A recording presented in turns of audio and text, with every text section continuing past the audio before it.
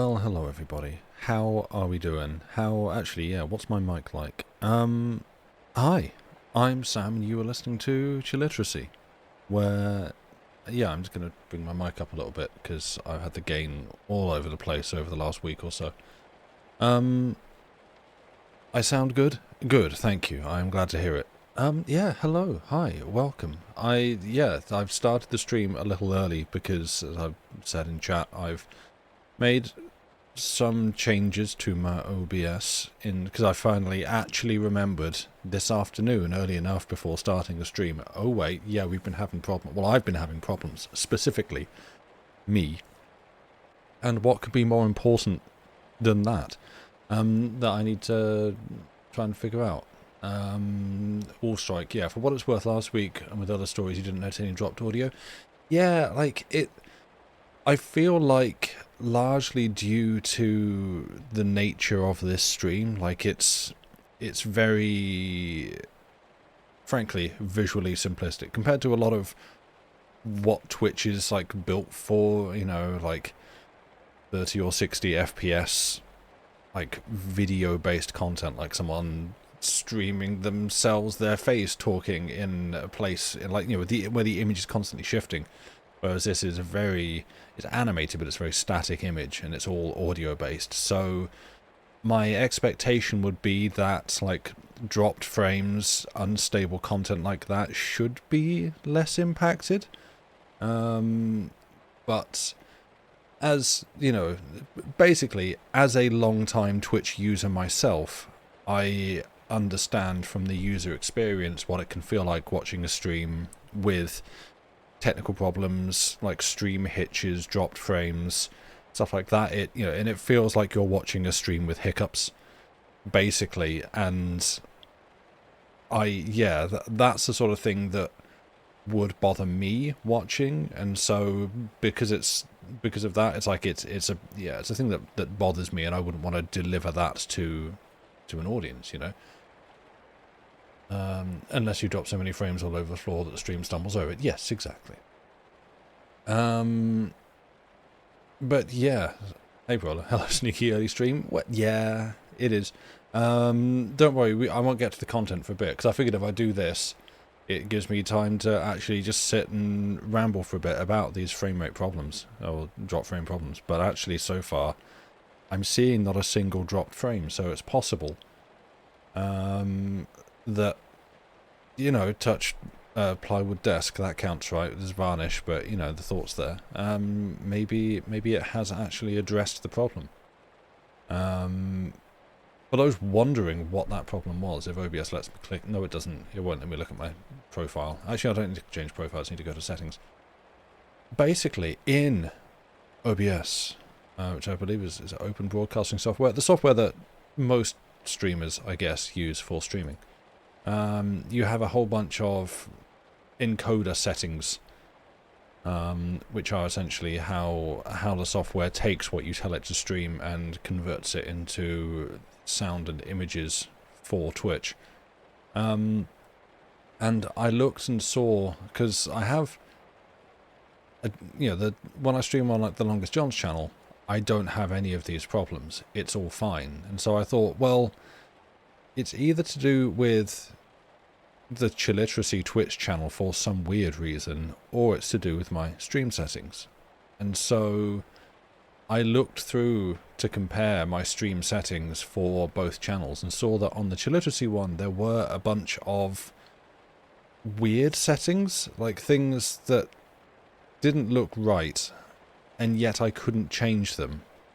Like it had options that I should be able to change to toggle to different things, like the video encoder, and it wouldn't let me do that to change it to the one that I wanted to use. And so that kind of seemed like it had picked up some weird settings from somewhere, and that's where I thought, well, you know what, let's do the turn it off, turn it back on equivalent and just rebuild my settings, which actually only took about 10 minutes. If that. And that's what we're on now, and so far, and actually seems to be holding okay. So, yeah, there you go. Exciting peek behind the curtain. Lama, you're seeing your siblings for the next 2 days. Explain the longest pony and goes back to your sister, who loves horses. Now she wants the shirt. Nice, okay. But you've hurt your wrists a bit by whittling. Oh no, so you can't crochet. Oh, that sucks. I'm sorry to hear that. Yeah, the fresh setting smell. It's new car and pine. But yeah, I have two stories for you tonight. I was kind of trying to maybe see if I could find a third, but because it's going to be a slightly shorter stream than usual. Potentially even shorter than I estimate. I don't know, because I'm reading from a different book and I've not fully gauged the time taken for each story. But yeah, a bit of background. These will be taken from my Weird Tales book, which was a Folio Society edition. I think I've shown it before, sent pictures. It's the cool green and purple one, basically. And Folio Society, who do very lovely, very fancy editions of books. And this one was like mega reduced. It was not a full price copy. It was like reduced and then half price or something silly like that. And I said, hey, well, that coincides with my birthday that's coming up. My mum was like, I want to get you a present. Okay. This book? Yes. Done. Okay, there. And that's how I came to acquire this. And it's got some good stories in it. And so I was having a look through to try and pick out something for the stream. And I noticed that two of them that I was quite interested to read were both about kind of weird rooms, sort of spooky spaces and stuff. And I thought, well, you know what? There is a theme. There is, and you know, there is recently released indie smash mega hit puzzle game Blueprints, which is not a horror game. It's not about ghosts and hauntings and stuff like that. And kind of, to be fair, neither are these stories. And I thought, well, there's a little bit of cultural zeitgeist synergy going on. I'm doing the hands. Everyone do the hand where you like intersect your fingers from both hands to make, well, kind of an X. That's the internationally recognized hand gesture. Cultural zeitgeist synergy, which is also my favourite JRPG series. And I thought, yeah, that seems like a good theme that people will enjoy, and it lets me put Blueprints in the title, even though it's not directly anything to do with Blueprints, but you know, here we go. So yeah, the stories that I have for you tonight. I feel really short of breath this evening. I don't know why I've not been doing anything. I'm not going straight into reading them yet, but I will post it in chat. You do appreciate the theming? Yeah, I've been trying to do that a little bit more lately. This is by... I didn't put the name in the title, because I only have 140 characters to work with for the title, so I didn't have room for it. And another fun fact about both of these stories. They are both by American authors and both set in America, and neither of them has American accented dialogue, so I don't have to I don't have to struggle through my very obviously English guy doing his best awkward attempt to affect an American accent.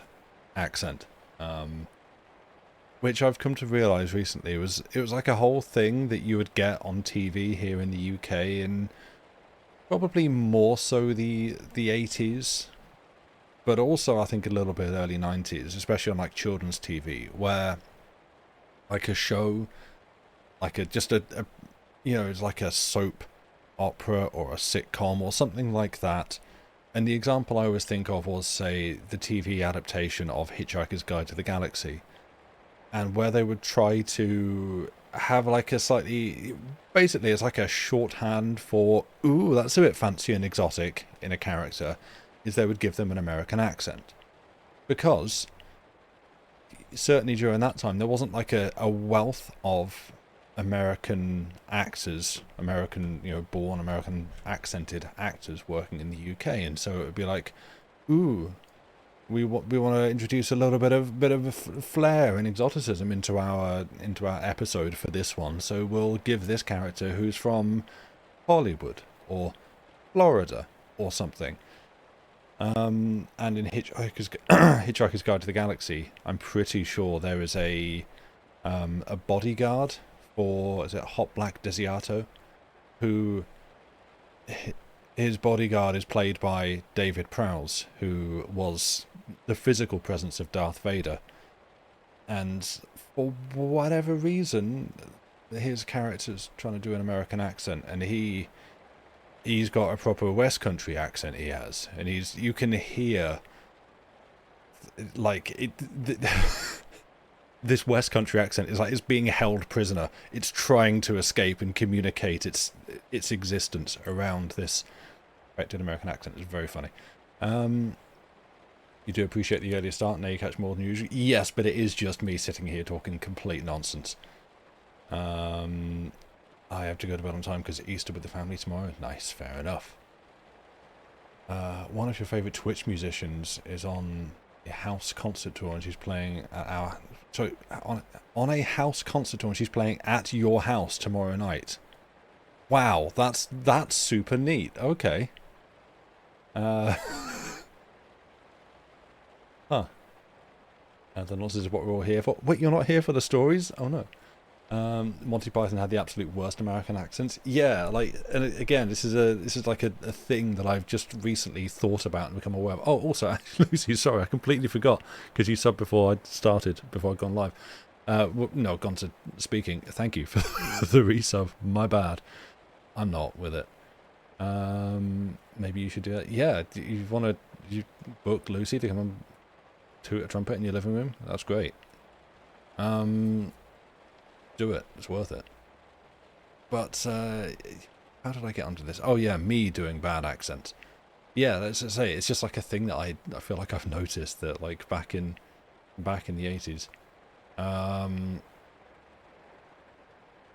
you'd have just like, hey, howdy, I'm Scott. No, I can't say British. That's her name. But I'm from America for this episode, and it's really okay. And that was fun. But no, you don't have to deal with that tonight, because it's just I prefer when writing is not written accented. It makes my life easier. But yeah. Would you like a story? It's pinned to the top of chat. We can do that because this one, this one might be quite quick. And as I was saying, boy, we've opened up a lot of tangents this evening, feel already. I was looking for a third one to kind of fill out the full time, but it didn't feel like it. I couldn't find one that I felt fit the vibe of these two, so we're just gonna do these instead. Does anyone else, do you ever get that thing where you just feel like you're breathing from the top of your lungs? And like, I don't know whether it's a posture thing or what, but I just feel like I've got a lot of lung space that I normally have. And for some reason this evening, it's not there. And so I feel like I'm missing like half my lung capacity at the moment. It sucks. Like I've not got a cold or anything. I'm not like that going on. Just you get that sometimes, usually stress or anxiety. Yeah, that explains it. Right. Anxiety will do that. Like, I don't actually today. I mean, it was gonna be the day that they're gonna throw it back to you, but by now you should have somehow realised what you're not to do, and that's have anxiety. No, I don't actually feel that anxious today. Yeah, and you yawn or something, and remember, oh yeah, that's what actually happened here. It feels like, yeah, it just feels like I'm not breathing properly at the moment, and it's really annoying. try not to have anxiety about having an anxiety. Yeah, I'll give that a shot. I'll do my best. It'll probably settle down once I get into the story, to be fair. But, you know, if I sound at any point like an astronaut with a cracked helmet, don't worry about it. I'm fine. That's just how we are today. Right. If you are ready. I've rambled for a good long time. Oh no, there we go. The other thing, the other ritual. Cat emotes at the ready, please, if you would. Everyone, welcome to tonight's special guest. It's Joey.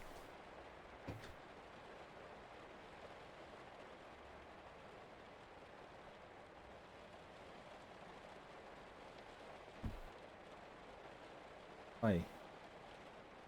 Hello. Well, I was going to sit differently. Let me put the blanket on, because it's a little bit cold, and you can go on my lap for all of 2 seconds.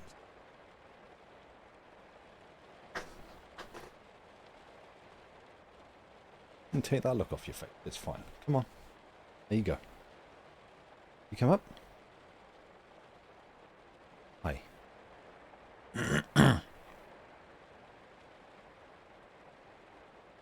Comfy lap prepared? No, you don't know the half of it. He has been... he's been a lot the last couple of weeks. He has really been a lot. Right.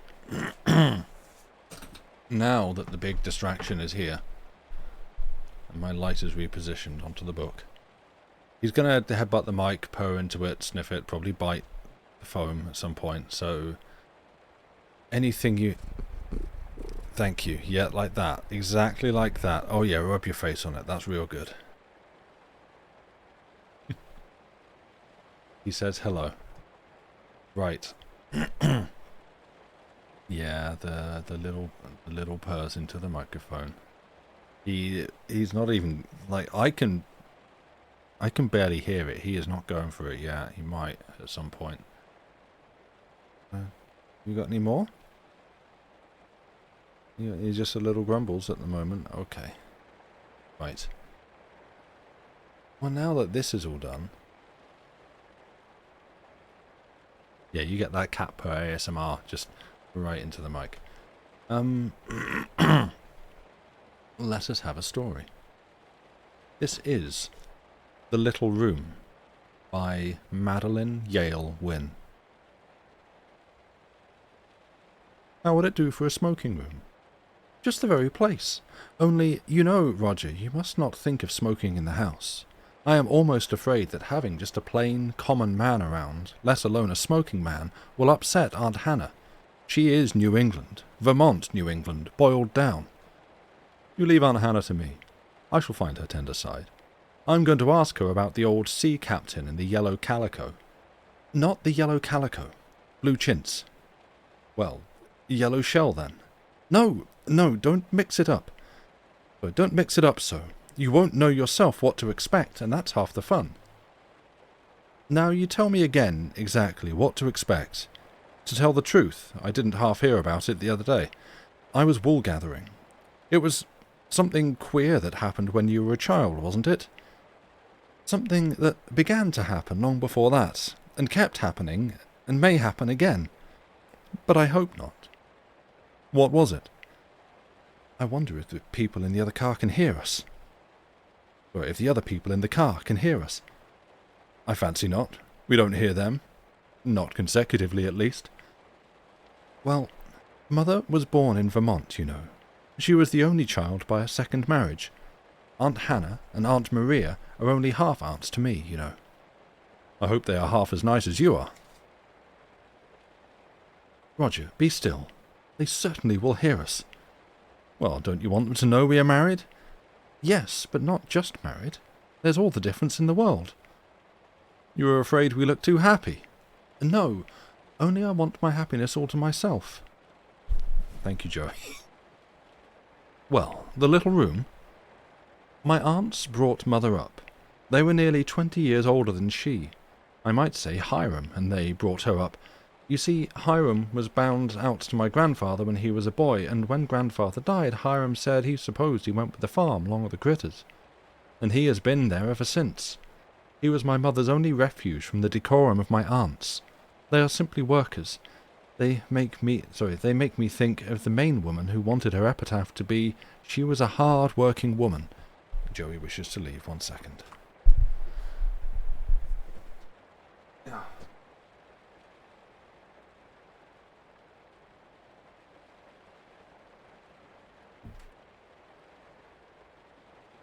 Right, how to actually position things comfortably. Hi.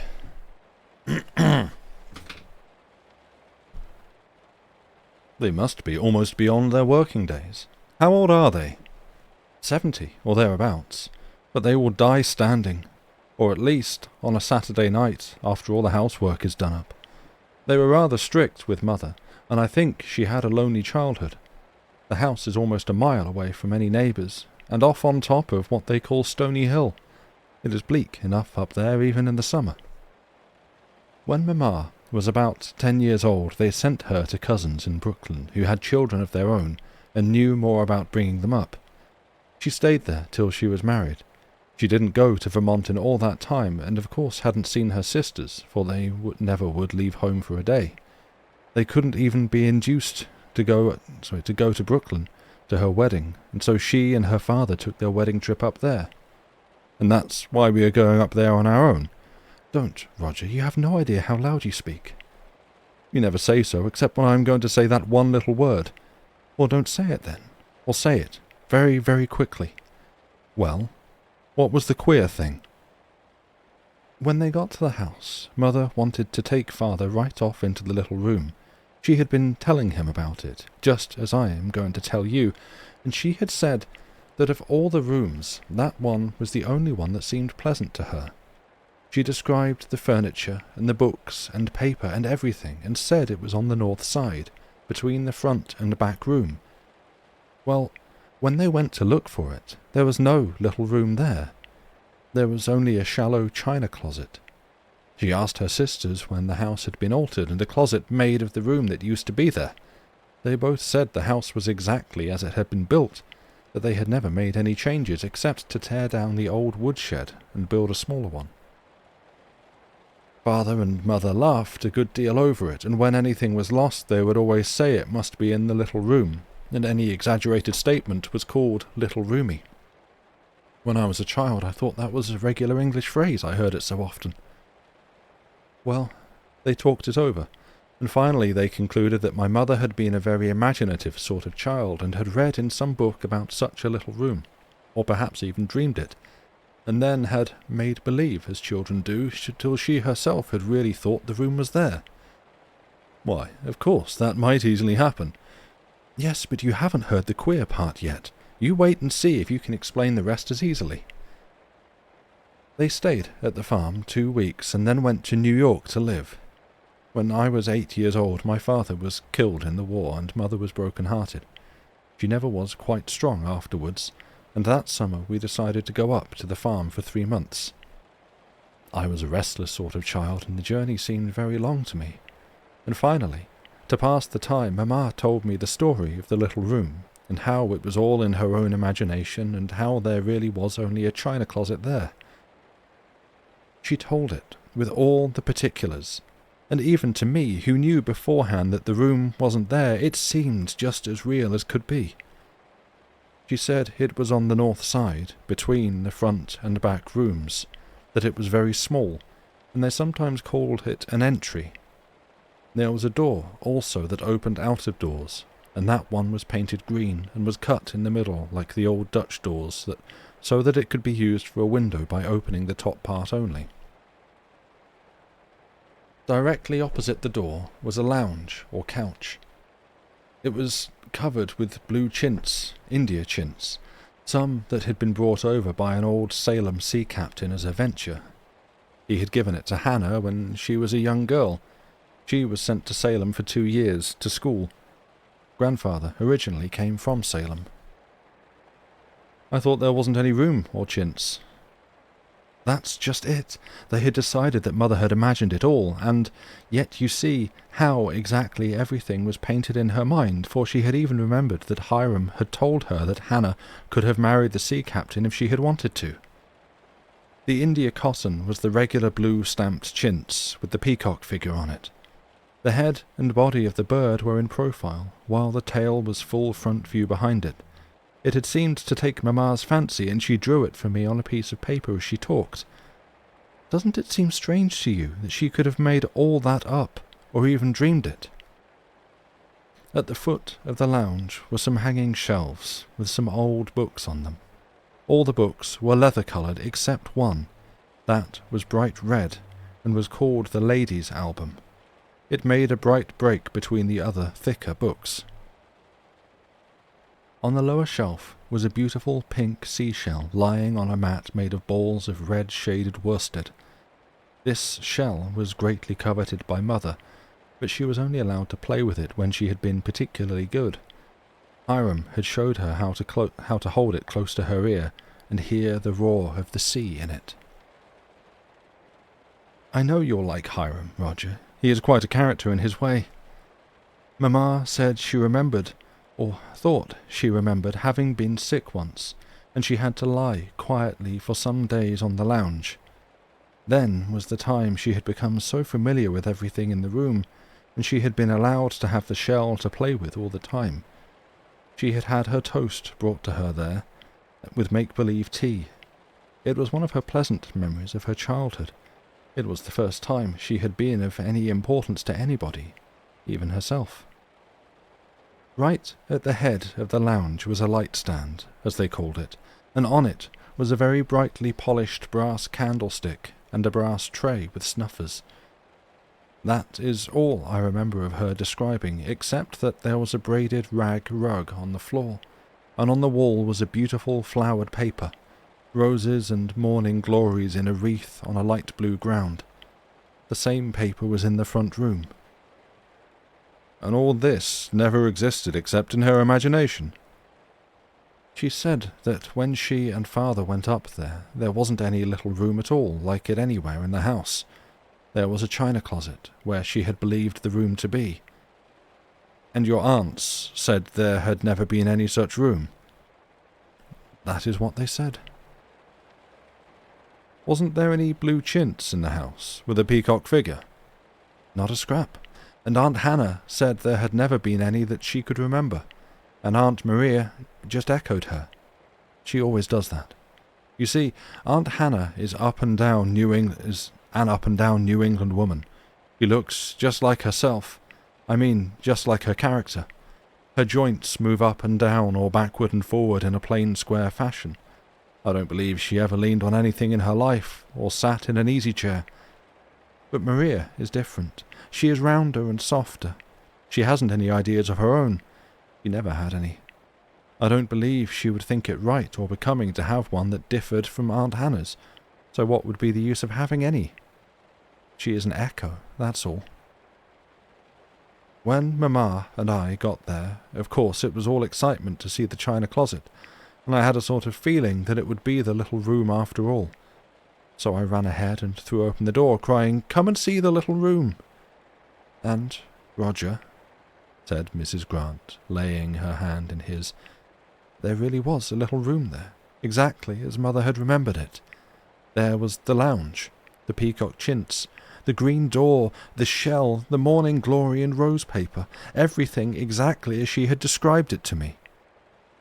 What in the world did the sisters say about it? Wait a minute and I will tell you.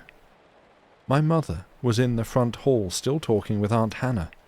She didn't hear me at first, but I ran out there and dragged her through the front room, saying, "The room is here. It is all right." It seemed for a minute as if my mother would faint. She clung to me in terror. I can remember how strained her eyes looked and how pale she was. Joey would like to come in.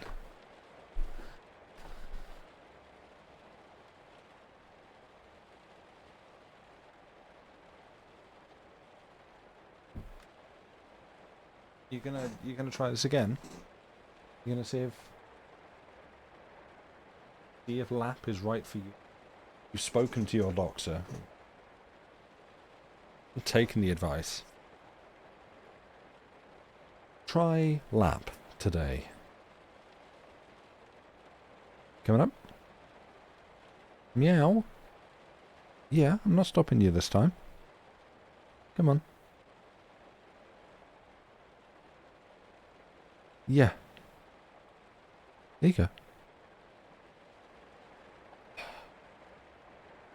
Do you wanna bonk your face on the microphone some more? Thank you. Excuse me. Now, where was I? Sec. Yep, that's the microphone. Oh yeah, good face Robbins right there. Yeah. Oh. Alright, goodbye. You going in cube?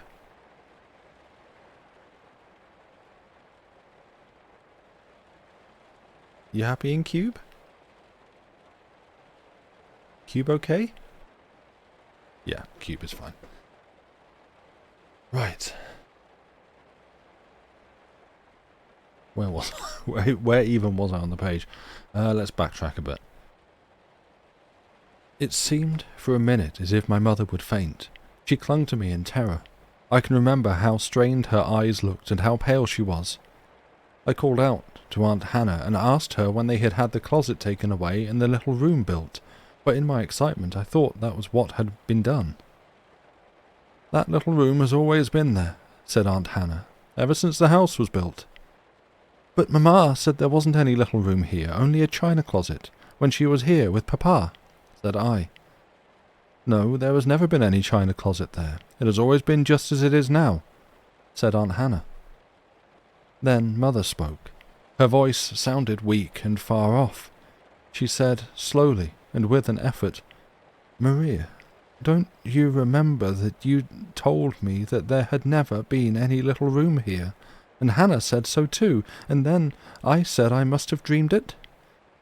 No, I don't remember anything of the kind, said Maria, without the slightest emotion.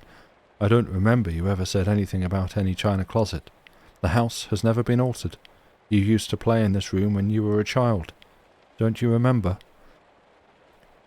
I know it, said Mother, in the slow, queer voice that made me feel frightened. Hannah, don't you remember my finding the china closet here, with the gilt-edged china on the shelves, and then you said that the china closet had always been there? No, said Hannah, pleasantly but unemotionally. No, I don't think you ever asked me about any china closet, and we haven't any gilt-edged china that I know of. And that was the strangest thing about it. We never could make them remember that there had ever been any question about it. You would think that they could remember how surprised Mother had been before, unless she had imagined the whole thing. Oh, it was so queer.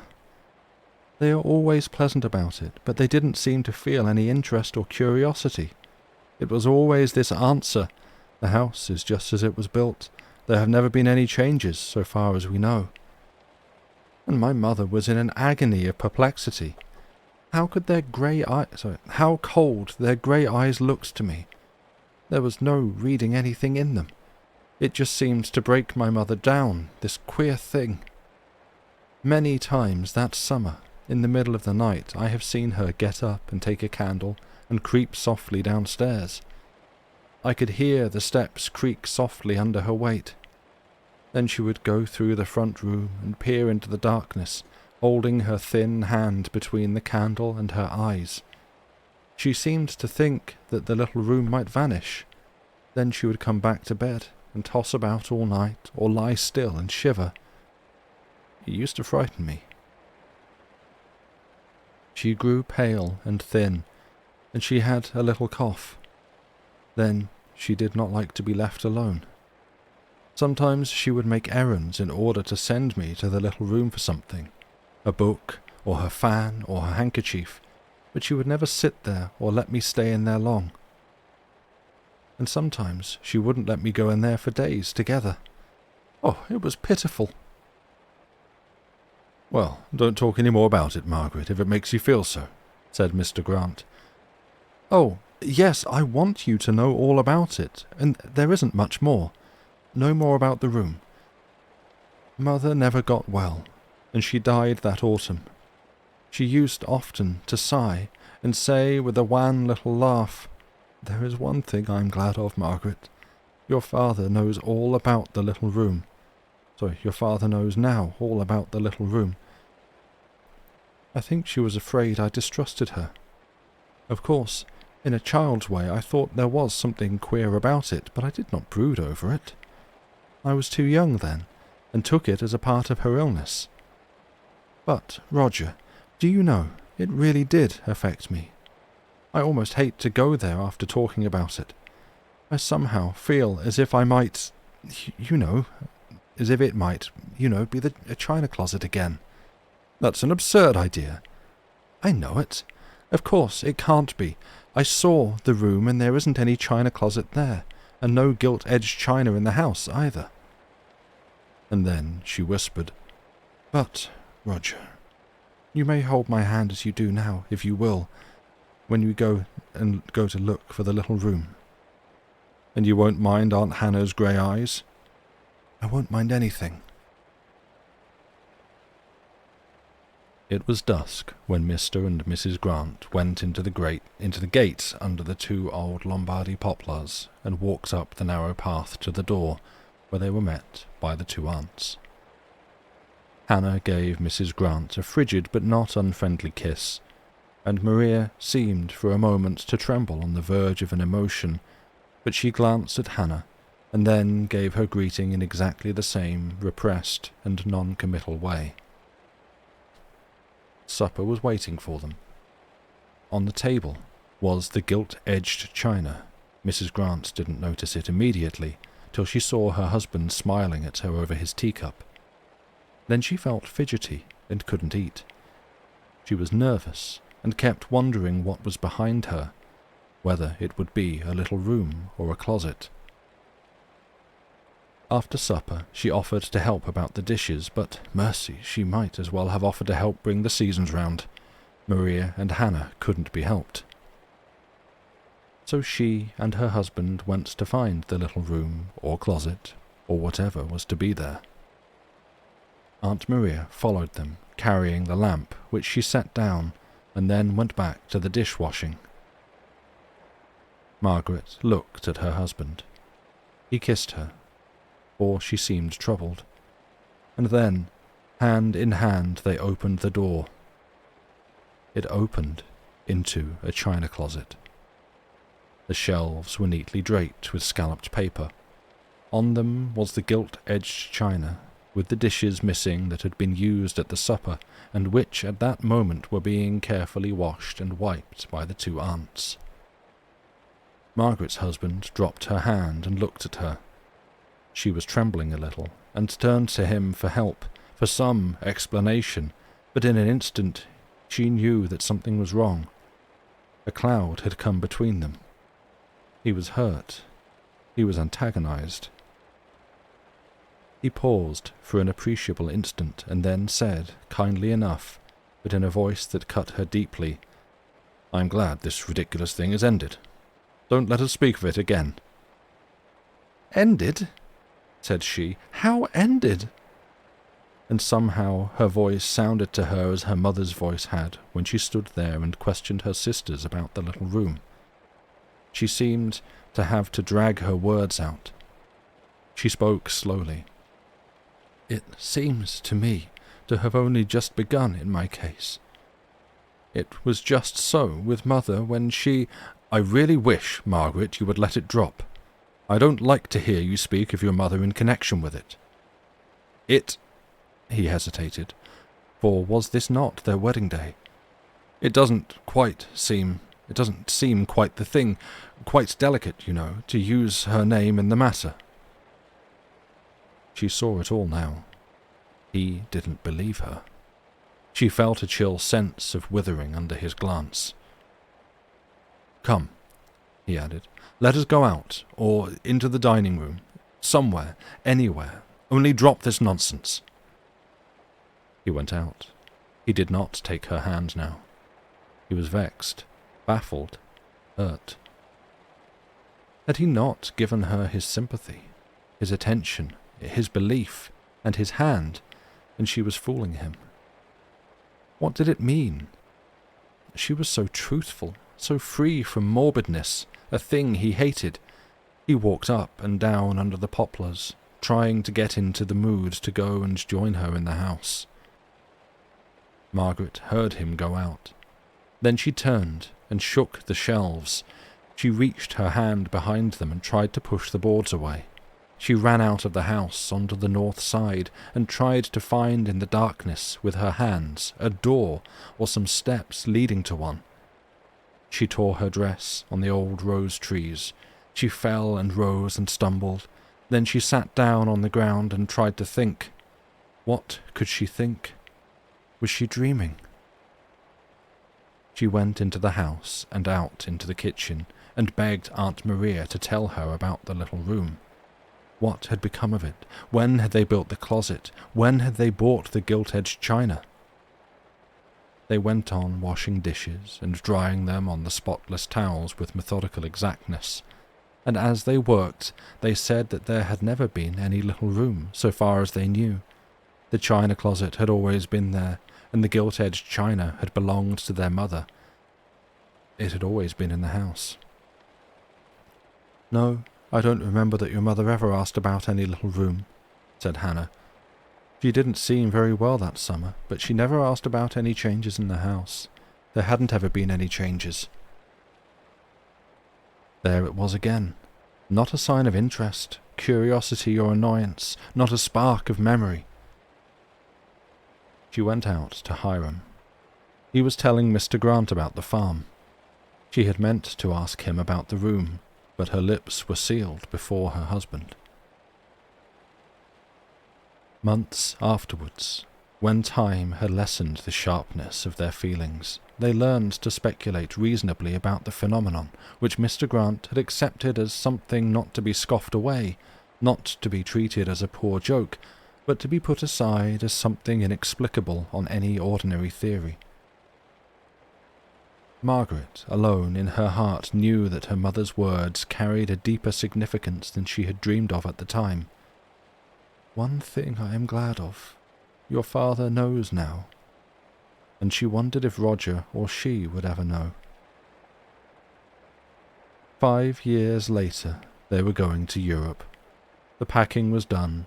The children were lying asleep, with their travelling things ready to be slipped on for an early start. Roger had a foreign appointment. They were not to be back in America for some years. She had meant to go up to say goodbye to her aunts, but a mother of 3 children intends to do a great many things that never get done.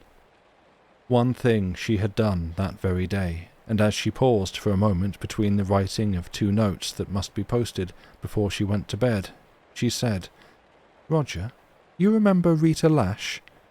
Well, she and Cousin Nan go up to the Adirondacks every autumn.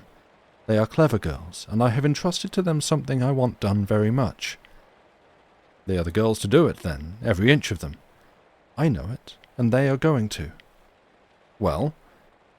"Why, you see, Roger, that little room—" "Oh." "Yes, I was a coward not to go myself, but I didn't find time, because I hadn't the courage." "Oh, that was it, was it?" "Yes, just that.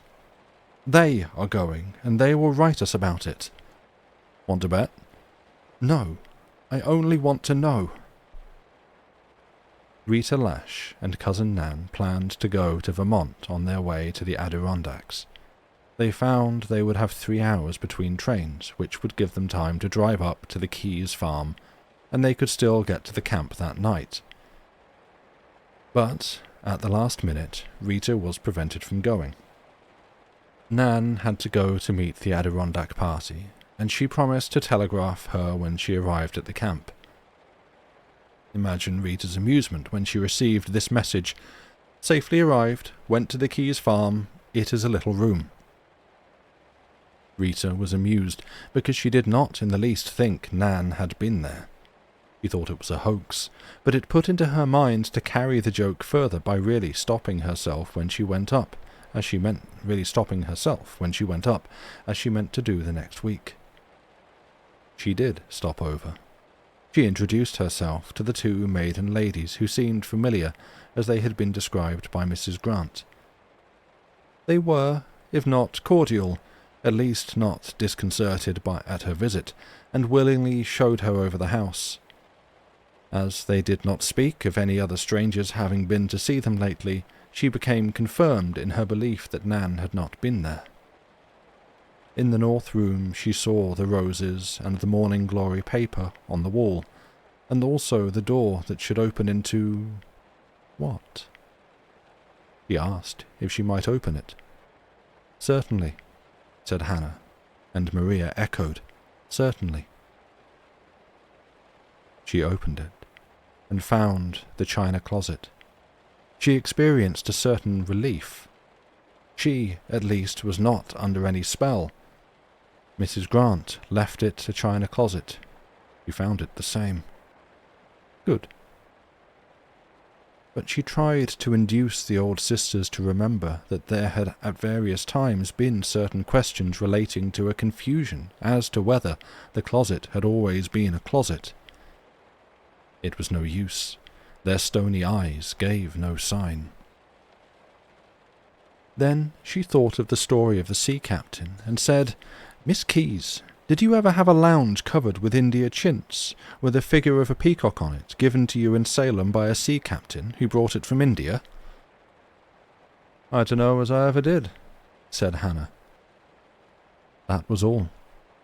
She thought Maria's cheeks were a little flushed, but her eyes were like a stone wall. She went on that night to the Adirondacks. When Nan and she were alone in the house, in their room, she said, "By the way, Nan, what did you see at the farmhouse? And how did you like Maria and Hannah?" Nan didn't mistrust that Rita had been there, and she began excitedly to tell her all about her visit. Rita could almost have believed Nan had been there if she hadn't known it was not so. She let her go on for some time, enjoying her enthusiasm and the impressive way in which she described her opening the door and finding the little room. Then Rita said, "Now, Nan, that is enough fibbing. I went to the farm myself on the way up yesterday, and there is no little room, and there never has been any. It is a china closet, just as Mrs. Grant saw it last." She was pretending to be busy unpacking her trunk and did not look up for a moment. But as Nan did not say anything, she glanced at her over her shoulder. Nan was actually pale, and it was hard to say whether she was most angry or frightened. There was something of both in her look. And then Rita began to explain how her telegram had put her in the spirit of going up there alone. She hadn't meant to cut Nan out. She only thought... Then Nan broke in. "It isn't that. I'm sure you can't think it is that. But I went myself, and you did not go. You can't have been there. For it is a little room." Oh, what a night they had! They couldn't sleep. They talked and argued, and then kept still for a while, only to break out again. It was so absurd. They both maintained that they had been there, but both felt sure the other one was either crazy or obstinate beyond reason. They were wretched. It was perfectly ridiculous. Two friends at odds over such a thing. But there it was. Little room, china closet, little room. The next morning, Nan was tacking up some tarlatan at a window to keep the midges out. Rita offered to help her, as she had done for the past 10 years. Nan's "no, thanks," cut her to the heart. "Nan," said she, "come right down from that stepladder and pack your satchel. The stage leaves in just 20 minutes.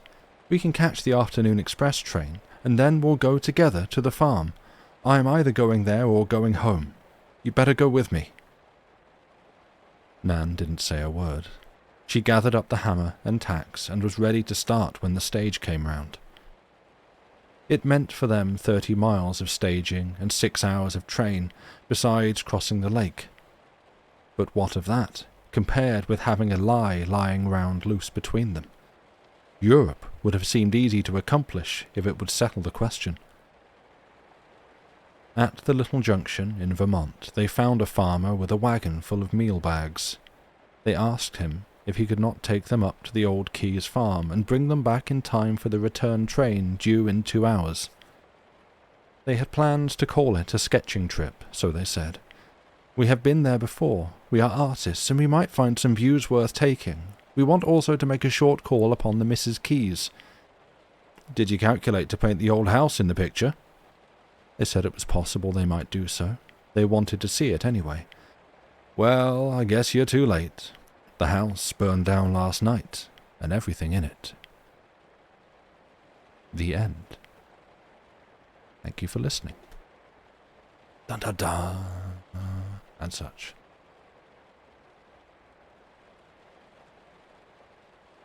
Raven, thank you very much for the resub. I saw that flash up while I was reading, and just didn't want to look up and distract myself. Yeah, the house is gone. Rip. I like that one a lot. I think I like, frankly, I like the low stakes.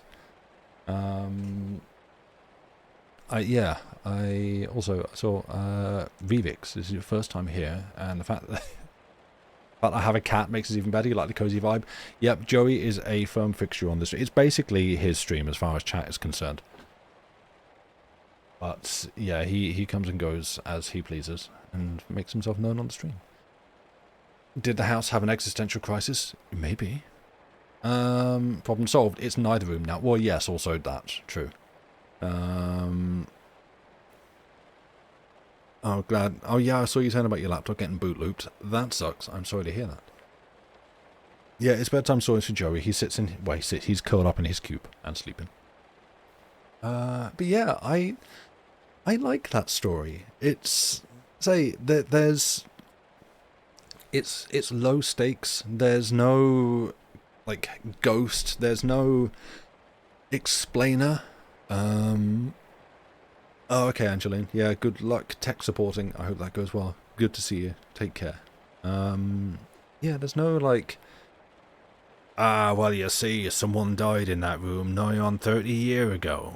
And that's why there's a ghost who's going around haunting people. There's none of that. It's like, it's literally just a room that people can't agree on because it keeps changing when different people go in at different times, but you've got, like... It's just got a number of the tropes that I love, like the vagueness of a child's memory. So it's like, yeah, I know I went in there when I was a kid. I have such clear memories, and like my mum telling me stuff, and I remember it really clearly. And then you go there and it's different, and everyone's like, yeah, no, that what? No, I don't know what you're remembering. It was never like that. It's been like this, and that to me is very relatable. Swapping haunted house stories. We have a ghost that wails all night. We have a poltergeist that throws things down the stairs. We have a room that's a closet sometimes. Exactly. Like, it's okay. Yeah. Yeah, and I love that. Like, I'm really, really glad to have found that story in this book, because it's great. It's like the door that sometimes existed, but only when the narrator didn't have time to go there. Yeah, the H.G. Wells one. Was it The Green Door or something? Yeah, I really enjoyed that one too. Again, it's this sort of the fallibility of childhood memory and the absolute conviction with which you recall these details of things that happened when you were a child, only for people to go, no, that's not true. And then in this, that it keeps kind of flipping back and forth, and the two occupants of the house are just like, no, it was always like that, and it doesn't explain to you why. It just happens, and almost just like now the house burned down at the end. That's not like, it's not a dun dun dun cliffhanger conclusion or like sudden reveal or anything. It's just, frankly, we've got to exit the story somehow. We have to finish this. There you go, problem gone. And the house with it. That one weird room in a house with 100 uses. Yeah. And yeah, so it was reading that, I was like, oh, okay, I feel like we hit a bit of a Blueprints theme here. You've got this room in this weird house that keeps changing what it is. Hey, yo, there's a video game about that everyone's playing at the moment. It's real good. Um, so yeah. But with that said and done, I'm going to send you to a break. So you can have 5 minutes to, I don't know, do whatever you feel like. Stretch your fluids, rotate your limbs, cycle your pets, and we'll see you back here in 5 minutes for... No, she said the next one is a Mary Eleanor Wilkins Freeman. She's back, and it's one that I've not read from her before. Well, I mean, I've read it myself today in prep for this, but she's back, one of the heroes of this channel.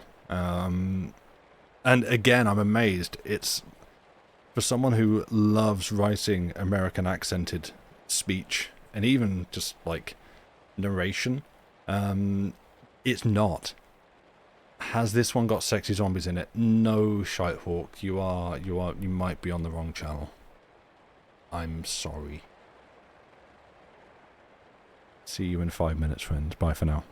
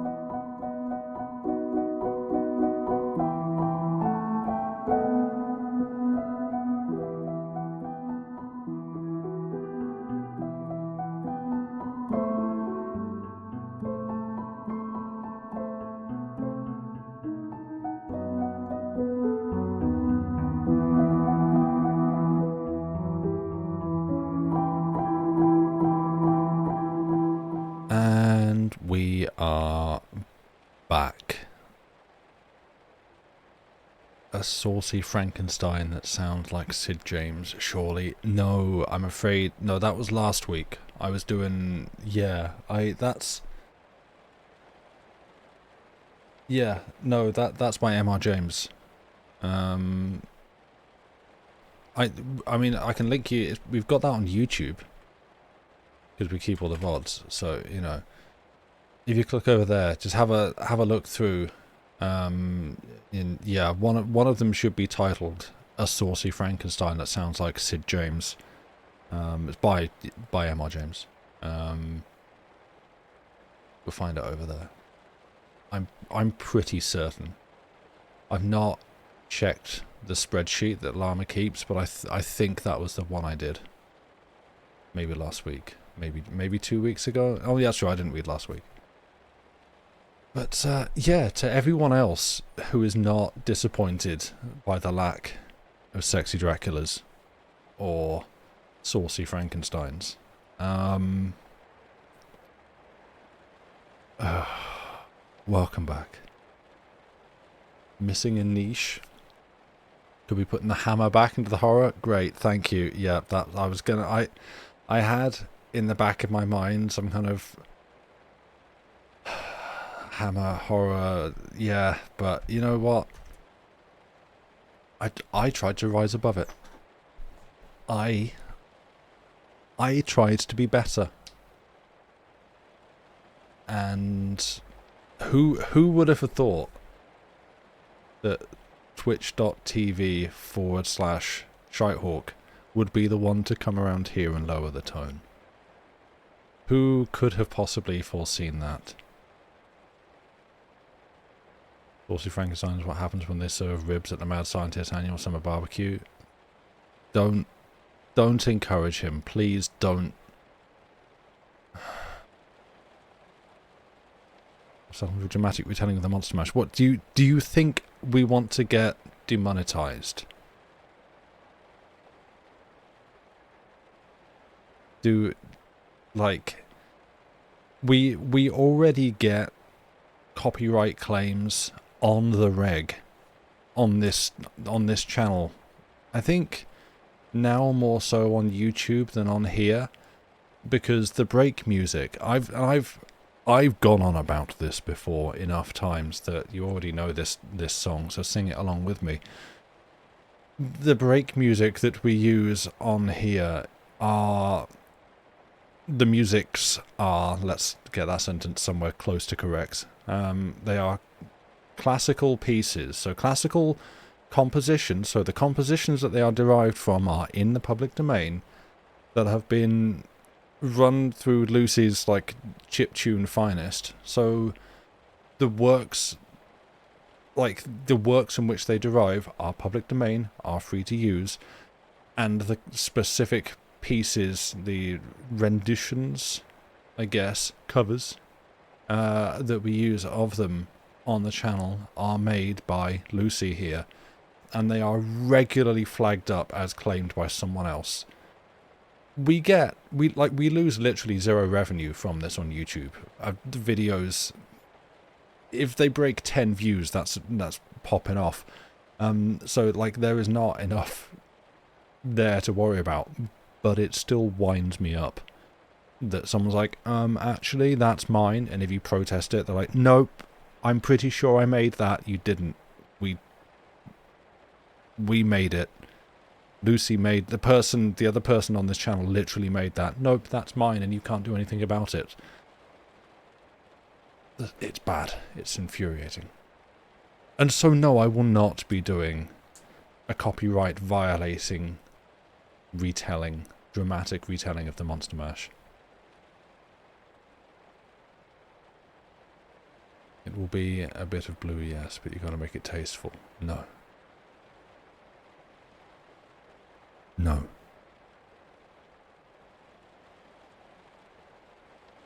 Wait, TOHO, well, after you hardcore, but what is... What is T... What is that? What is T... Am I walking into something? Is this a...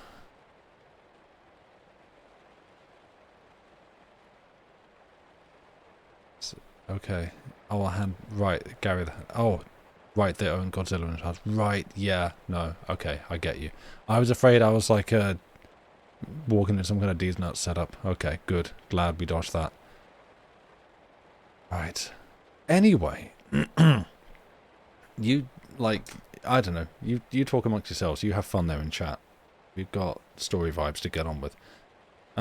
Second story for tonight, which I'm now turning to in my big spooky tome of spooky stories, which I have many, now tastefully arranged on menu shelves. That style of joke is very beneath you. You know what else is beneath these nuts. Anyway, this next story.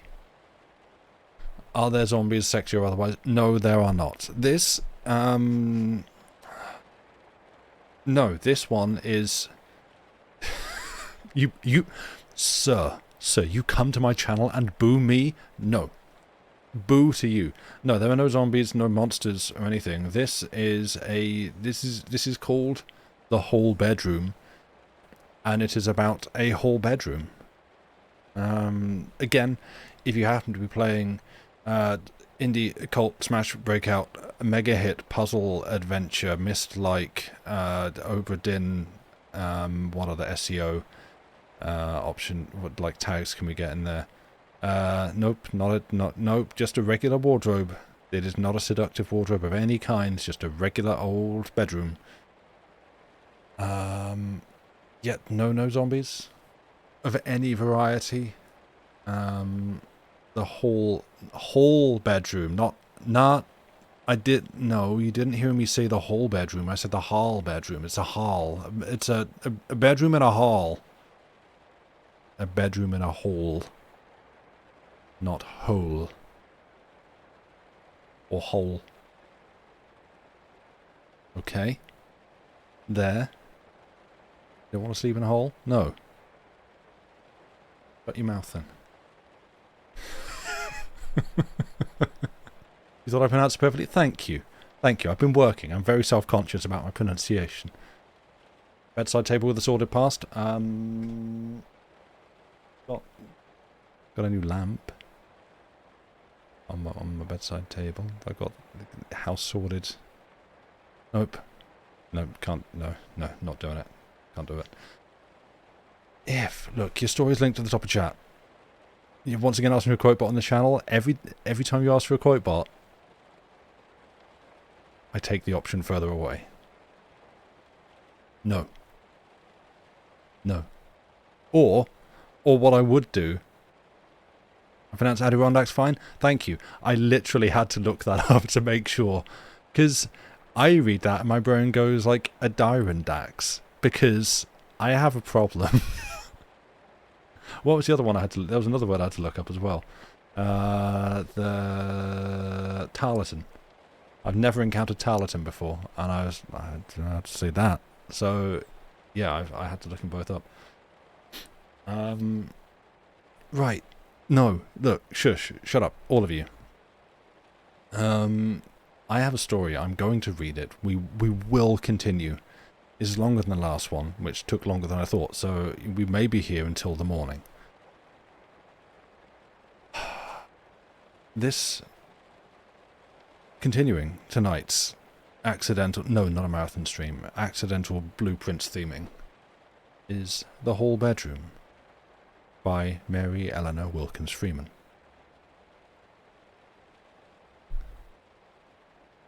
My name is Mrs. Elizabeth Jennings. I am a highly respectable woman. I may style myself a gentlewoman, for in my youth I enjoyed advantages. I was well brought up, and I graduated at a young ladies' seminary. I also married well. My husband was that most genteel of all merchants, an apothecary. His shop was on the corner of the main street in Rockton, the town where I was born, and where I lived until the death of my husband. My parents had died when I had been married a short time, so I was left quite alone in the world.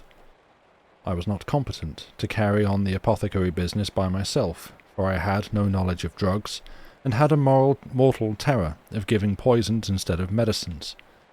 Therefore, I was obliged to sell at a considerable sacrifice, and the proceeds, some $5,000, were all I had in the world. The income was not enough to support me in any kind of comfort, and I saw that I must in some way earn money. I thought, at first, of teaching, but I was no longer young, and methods had changed since my school days. What I was able to teach, nobody wished to know. I could think of only one thing to do: take boarders. But the same objection to that business as to teaching held good in Rockton. Nobody wished to board. My husband had rented a house with a number of bedrooms, and I advertised, but nobody applied. Finally, my cash was running very low, and I became desperate. I packed up my furniture, rented a large house in this town, and moved here. It was a venture attended with many risks. In the first place, the rent was exorbitant. In the next, I was entirely unknown. However, I am a person of considerable ingenuity, and have inventive power and much enterprise when the occasion presses. I advertised in a very original manner, although that actually took my last penny, that is the last penny of my ready money, and I was forced to draw on my principal to purchase my first supplies, a thing which I had resolved never on any account to do. But the great risk met with a reward, for I had several applicants within 2 days after my advertisement appeared in the paper. Within 2 weeks my boarding house was well established. I became very successful, and my success would have been uninterrupted had it not been for the mysterious and bewildering occurrences which I am about to relate. I am now forced to leave the house and rent another. Some of my old boarders accompany me. Some, with the most unreasonable nervousness, refuse to be longer associated in any way, however indirectly, with the terrible and uncanny happenings which I have to relate. It remains to be seen whether my ill luck in this house will follow me into another, and whether my whole prosperity in life will be forever shadowed by the mystery of the whole bedroom. Instead of telling the strange story myself in my own words, I shall present the journal of Mr. George H. Wheatcroft. I shall show you the portions beginning on January 18th of the present year, the date when he took up his residence with me. Here it is. January 18th, 1883. Here I am established in my new boarding house. I have, as befits my humble means, the whole bedroom, even the whole bedroom on the 3rd floor. I have heard all my life of whole bedrooms. I have seen whole bedrooms. I have been in them, but never until now, when I am actually established in one, did I comprehend what, at once, an ignominious and sternly uncompromising thing a whole bedroom is. It proves the ignominy of the dweller therein. No man at 36, my age, would be domiciled in a whole bedroom unless he were himself ignominious, at least comparatively speaking. I am proved by this means incontrovertibly to have been left far behind in the race. I see no reason why I should not live in this whole bedroom for the rest of my life, that is, if I have money enough to pay the landlady, and that seems probable, since my small funds are invested as safely as if I were an orphan ward in charge of a pillar of a sanctuary. After the valuables have been stolen, I have most carefully locked the stable door. I have experienced the revulsion which comes sooner or later to the adventurous soul who experiences nothing but defeat and so-called ill luck. I have swung to the opposite extreme. I have lost in everything. I have lost in love. I have lost in money. I have lost in the struggle for preferment, and I have lost in health and strength. I am now settled down in a whole bedroom to live upon my small income and regain my health by mild potations of the mineral waters here, if possible. If not, to live here without my health, for mine is not a necessarily fatal malady, until Providence shall take me out of my hall bedroom. There is no one place more than another where I care to live. There is not sufficient motive to take me away, even if the mineral waters do not benefit me. So I am here to stay in the hall bedroom. The landlady is civil, and even kind as a woman who has to keep her womanly eye upon the main chance can be. The struggle for money always injures the fine grain of a woman. She is too fine a thing to do it. She does not, by nature, belong with the gold grubbers, and it therefore lowers her. She steps from heights to claw and scrape and dig, but she cannot help it oftentimes, poor thing, and her deterioration thereby is to be condoned. The landlady is all she can be, taking her strain of adverse circumstances into consideration, and the table is good, even conscientiously so. It looks to me as if she were foolish enough to strive to give her boarders their money's worth, with the due regard for the main chance which is inevitable. However, that is of minor importance to me, since my diet is restricted. It is curious what an annoyance a restriction in diet can be even to a man who has considered himself somewhat indifferent to gastronomic delights. There was today a pudding for dinner which I could not taste without penalty, but which I longed for.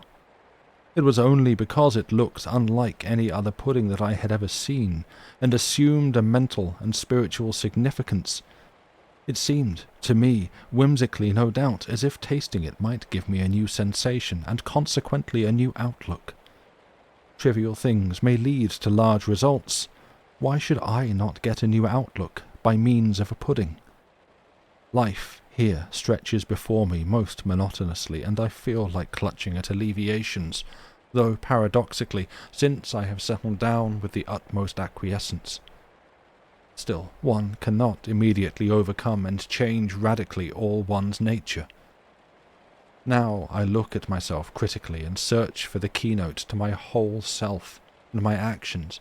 I have always been conscious of a reaching out, an overweening desire for the new, the untried, for the broadness of further horizons, the seas beyond seas, and thought beyond thought. This characteristic has been the primary cause of all my misfortunes. I have the soul of an explorer, and in 9 out of 10 cases this leads to destruction. If I had possessed capital and sufficient push, I should have been one of the searchers after the North Pole. I have been an eager student of astronomy. I have studied botany with avidity, and have dreamed of new flora in unexplored parts of the world, and the same with animal life and geology. I longed for riches in order to discover the power and sense of possession of the rich.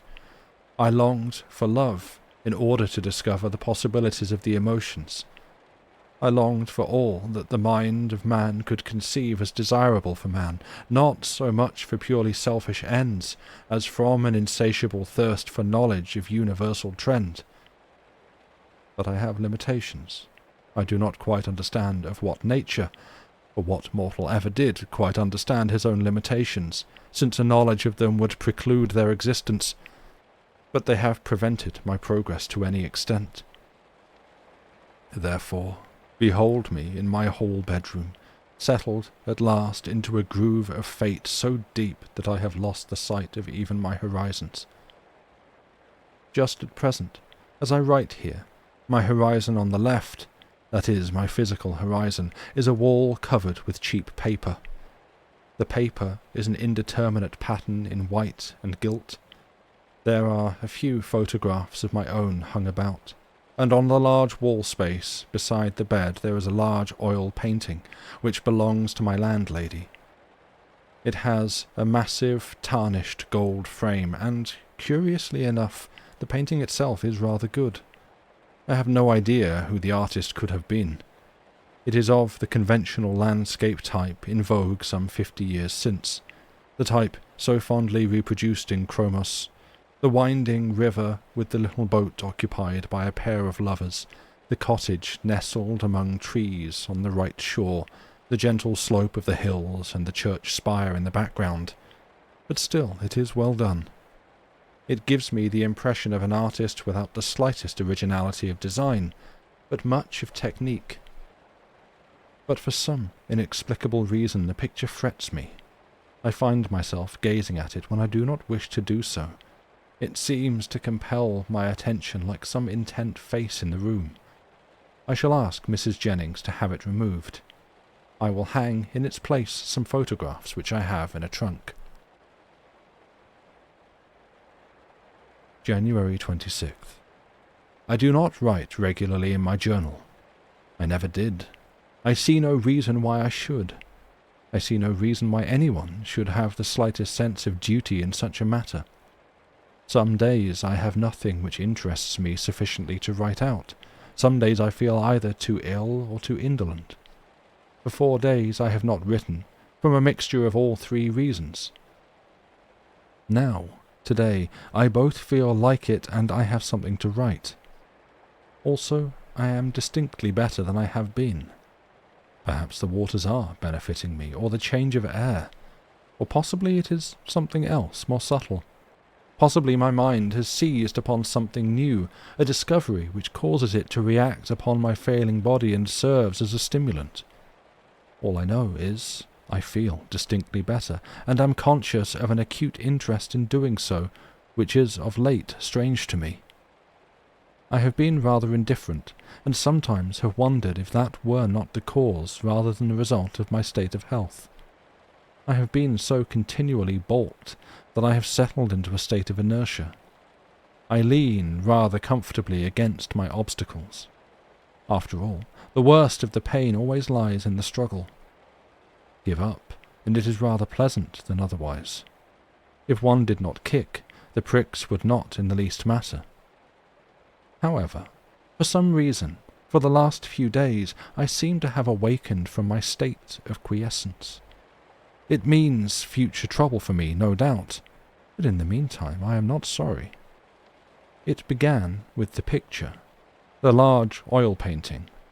I went to Mrs. Jennings about it yesterday, and she, to my surprise, for I thought it a matter that could be easily arranged, objected to having it removed. Her reasons were 2. Both simple, both sufficient, especially since I, after all, had no very strong desire either way.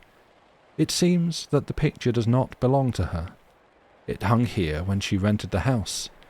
She says if it is removed, a very large and unsightly discoloration of the wallpaper will be exposed, and she does not like to ask for new paper. The owner, an old man, is travelling abroad. The agent is curt, and she has only been in the house a very short time. Then it would mean a sad upheaval of my room, which would disturb me. She also says that there is no place in the house where she can store the picture, and there is not a vacant space in another room for one so large. So I let the picture remain. It really, when I came to think of it, was very immaterial after all. But I got my photographs out of my trunk, and I hung them around the large picture. The wall is almost completely covered. I hung them yesterday afternoon, and last night I repeated a strange experience which I have had in some degree every night since I have been here, but was not sure whether it deserved the name of an experience, but was not rather one of those dreams in which one dreams one is awake. But last night it came again, and now I know. There is something very singular about this room. I am very much interested. I will write down, for future reference, the events of last night, concerning those of the preceding nights since I have slept in this room. I will simply say that they have been of a similar nature, but, as it were, only the preliminary stages, the prologue to what happened last night. I am not depending upon the mineral waters here as the one remedy for my malady, which is sometimes of an acute nature, and indeed constantly threatens me with considerable suffering unless by medicine I can keep it in check. I will say that the medicine which I employ is not of the class commonly known as drugs. It is impossible that it can be held responsible for what I am about to transcribe. My mind, last night and every night since I have slept in this room, was in an absolutely normal state. I take this medicine, prescribed by the specialist in whose charge I was before coming here, regularly every 4 hours while awake. As I am never a good sleeper, it follows that I am enabled with no inconvenience to take any medicine during the night with my same regularity as during the day. It is my habit, therefore, to place my bottle and spoon where I can put my hand upon them easily without lighting the gas. Since I have been in this room, I have placed the bottle of medicine upon my dresser at the side of the room opposite the bed. I have done this rather than place it nearer, as once I jostled the bottle and spilled most of the contents, and it is not easy for me to replace it, as it is expensive. Therefore, I placed it in security on the dresser, and, indeed, that is but 3 or 4 steps from my bed, the room being so small. Last night I wakened as usual, and I knew, since I had fallen asleep about 11, that it must be in the neighbourhood of 3. I wake with almost clock-like regularity, and it is never necessary for me to consult my watch. I had slept unusually well and without dreams, and I awoke fully at once, with a feeling of refreshment to which I am not accustomed. I immediately got out of bed and began stepping across the room in the direction of my dresser, on which I had set my medicine bottle and spoon. To my utter amazement, the steps which had hitherto sufficed to take me across my room did not suffice to do so. I advanced several paces, and my outstretched hands touched nothing. I stopped and went on again. I was sure that I was moving in a straight direction, and even if I had not been, I knew it was impossible to advance in any direction in my tiny apartment without coming into collision with either a wall or a piece of furniture. I continued to walk falteringly, as I have seen people on the stage, a step, and then a long falter, then a sliding step. I kept my hands extended. They touched nothing. I stopped again. I had not the least sentiment of fear or consternation. It was rather the very stupefaction of surprise. "How is this?" seemed thundering in my ears. "What is this?" The room was perfectly dark. There was nowhere any glimmer, as is usually the case, even in a so-called dark room, from the walls, picture frames, looking-glass, or white objects. It was absolute gloom. The house stood in a quiet part of the town. There were many trees about. The electric street lights were extinguished at midnight. There was no moon, and the sky was cloudy. I could not distinguish my one window, which I thought strange, even on such a dark night. Finally, I changed my plan of motion and turned, as nearly as I could estimate, at right angles. Now I thought I must reach soon if I kept on my writing table underneath the window, or, if I am going in the opposite direction, the hall door. I reached neither. I am telling the unvarnished truth when I say that I began to count my steps and carefully measure my paces after that, and I traversed a space clear of furniture, at least 20 feet by 30, a very large apartment. And as I walked I was conscious that my naked feet were pressing something which gave rise to sensations the like of which I had never experienced before. As nearly as I can express it, it was as if my feet pressed something as elastic as air or water, which was in this case unyielding to my weight. It gave me a curious sensation of buoyancy and stimulation. At the same time, this surface, if surface be the right name, which I trod, felt cool to my feet with the coolness of vapour or fluidity, seeming to overlap the soles. Finally, I stood still. My surprise was at last merging into a measure of consternation. "Where am I thought. "What am I going to do?" Stories that I had heard of travellers being taken from their beds and conveyed into strange and dangerous places Middle-age stories of the Inquisition flashed through my brain. I knew all the time that for a man who had gone to bed in a commonplace hall bedroom in a very commonplace little town, such surmises were highly ridiculous, but it is hard for the human mind to grasp anything but a human explanation of phenomena. Almost anything seemed then, and seems now, more rational than an explanation bordering upon the supernatural as we understand the supernatural. At last I called, though rather softly, "What does this mean?" I said quite aloud. "Where am I? Who is here? Who is doing this? I tell you I will have no such nonsense. Speak, if there is anybody here." But all was dead silence. Then suddenly a light flashed through the open transom of my door. Somebody had heard me. A man who rooms next door, a decent kind of man, also here for his health. He turned on the gas in the hall and called to me. "What's the matter?" he asked in an agitated, trembling voice. He is a nervous fellow. Directly, when the light flashed through my transom, I saw that I was in my familiar hall bedroom. I could see everything quite distinctly, my tumbled bed, my writing table, my dresser, my chair, my little washstand, my clothes hanging on a row of pegs, the old picture on the wall. The picture gleamed out with singular distinctness in the light from the transom. The river seemed actually to run and ripple, and the boat to be gliding with the current. I gazed, fascinated at it, as I replied to the anxious voice. "Nothing is the matter with me," said I. "Why?" "I thought I heard you speak," said the man outside. "I thought maybe you were sick." "No," I called back. "I'm all right. I'm trying to find my medicine in the dark, that's all. I can see now you have lighted the gas." "Nothing is the matter?" "No, sorry I disturbed you. Good night." "Good night." Then I heard the man's door shut after a minute's pause. He was evidently not quite satisfied. I took a pull at my medicine bottle and got into bed. He had left the hall gas burning. I did not go to sleep again for some time.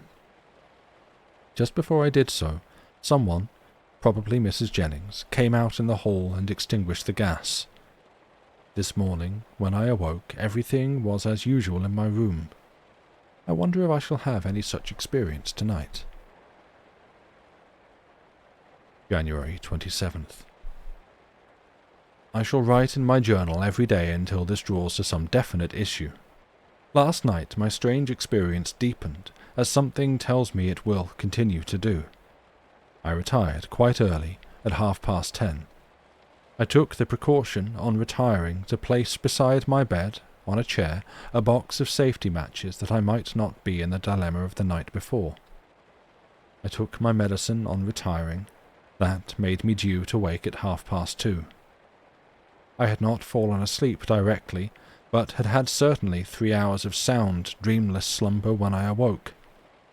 I lay a few minutes hesitating whether or not to strike a safety match and light my way to the dresser, whereon stood my medicine bottle. I hesitated, not because I had the least sensation of fear, but because of the same shrinking from a nerve shock that leads one at times to dread the plunge into an icy bath.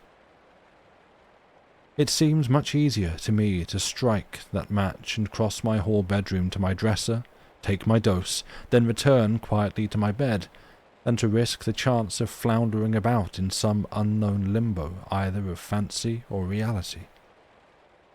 At last, however, the spirit of adventure, which has always been such a ruling one for me, conquered.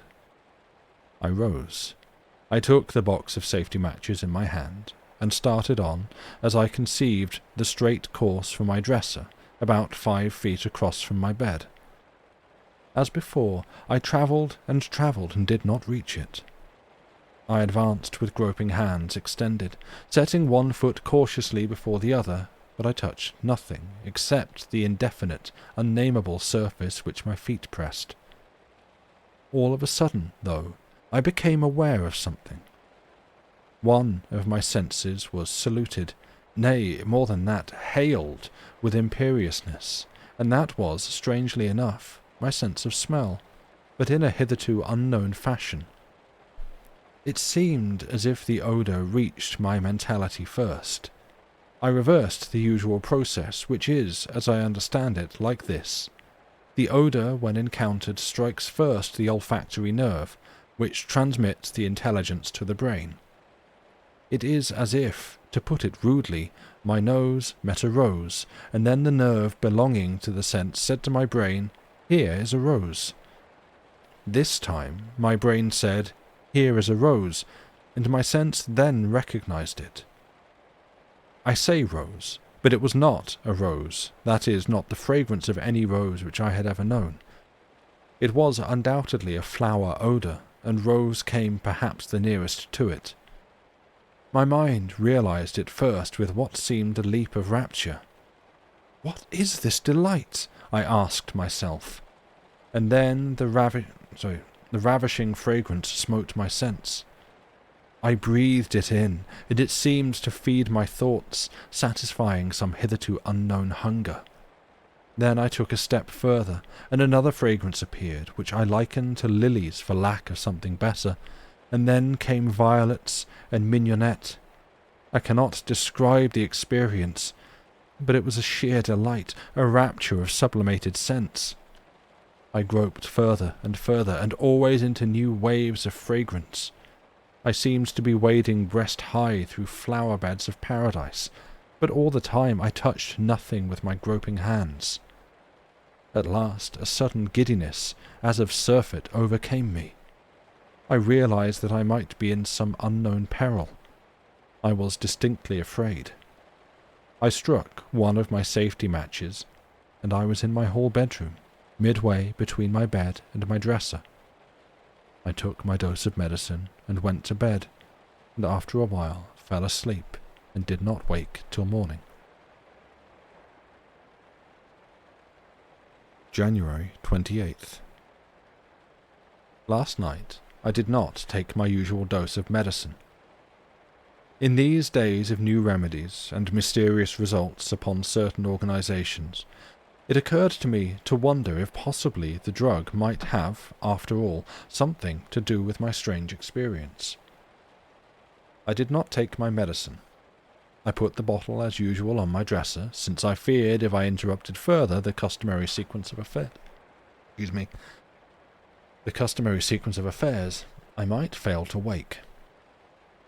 I placed my box of matches on the chair beside the bed. I fell asleep about 11:15 o'clock, and I waked when the clock was striking 2, a little earlier than my wont. I did not hesitate this time. I rose at once, took my box of matches, and proceeded as formerly. I walked what seemed a great space without coming into collision with anything. I kept sniffing for the wonderful fragrances of the night before, but they did not recur. Instead, I was suddenly aware that I was tasting something, some morsel of sweetness hitherto unknown, and, as in the case of the odour, the usual order seemed reversed, and it was as if I tasted it first in my mental consciousness.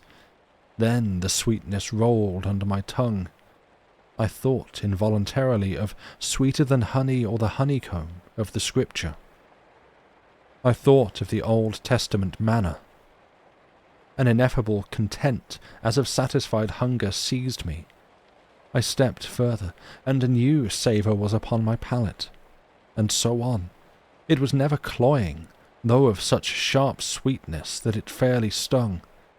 It was the merging of a material sense into a spiritual one. I said to myself, I have lived my life, and always have I gone hungry until now. I could feel my brain act swiftly under the influence of this heavenly food as under a stimulant.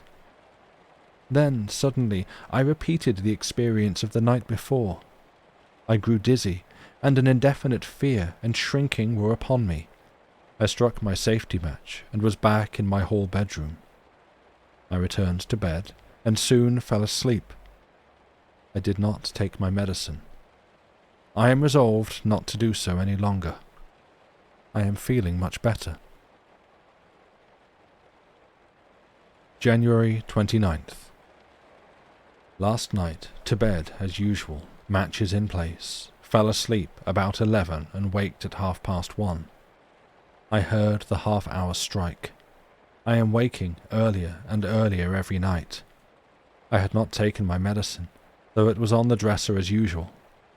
I again took my matchbox in hand and started to cross the room and, as always, traversed strange spaces. But this night, as seems fated to be the case every night, my experience was different. Last night I neither smelled nor tasted, but I heard. My lord, I heard. The first sound of which I was conscious was one like the constantly gathering and receding murmur of a river, and it seemed to come from the wall behind my bed where the old picture hangs. Nothing in nature except a river gives that impression of at once advance and retreat. I could not mistake it. On, ever on, came the swelling murmur of the waves. Past and ever past they died in the distance.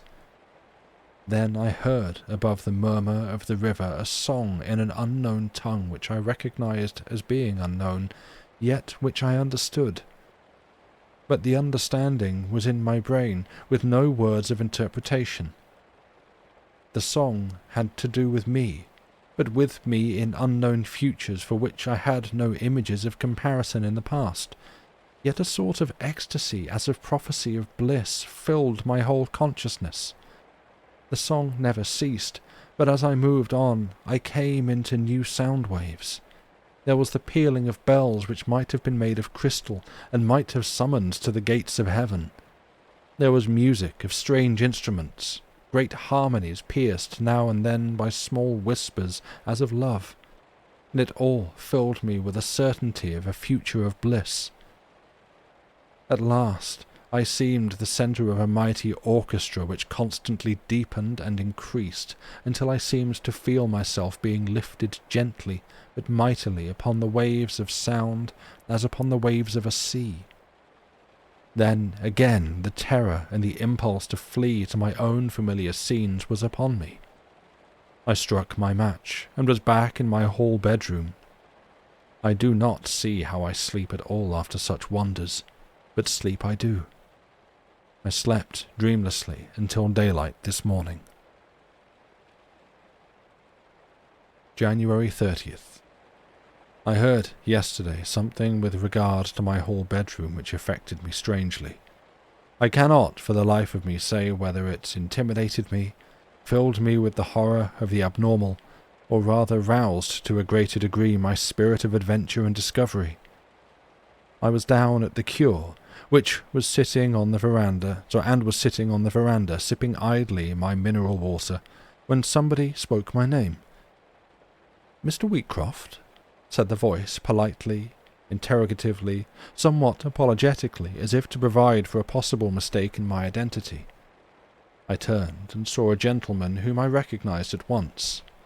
I seldom forget names or faces. He was a Mr. Addison, whom I had seen considerable of 3 years ago at a little summer hotel in the mountains. It was one of those passing acquaintances which signify little one way or the other. If never renewed, you have no regret. If renewed, you accept the renewal with no hesitation. It is, in every way, negative. But just now, in my feeble, friendless state, the sight of a face which beams with pleased remembrance is rather grateful. I felt distinctly glad to see the man. He sat down beside me. He also had a glass of the water. His health, while not as bad as mine, leaves much to be desired. Addison had often been in this town before. He had, in fact, lived here at one time. He had remained at the Cure 3 years, taking the waters daily.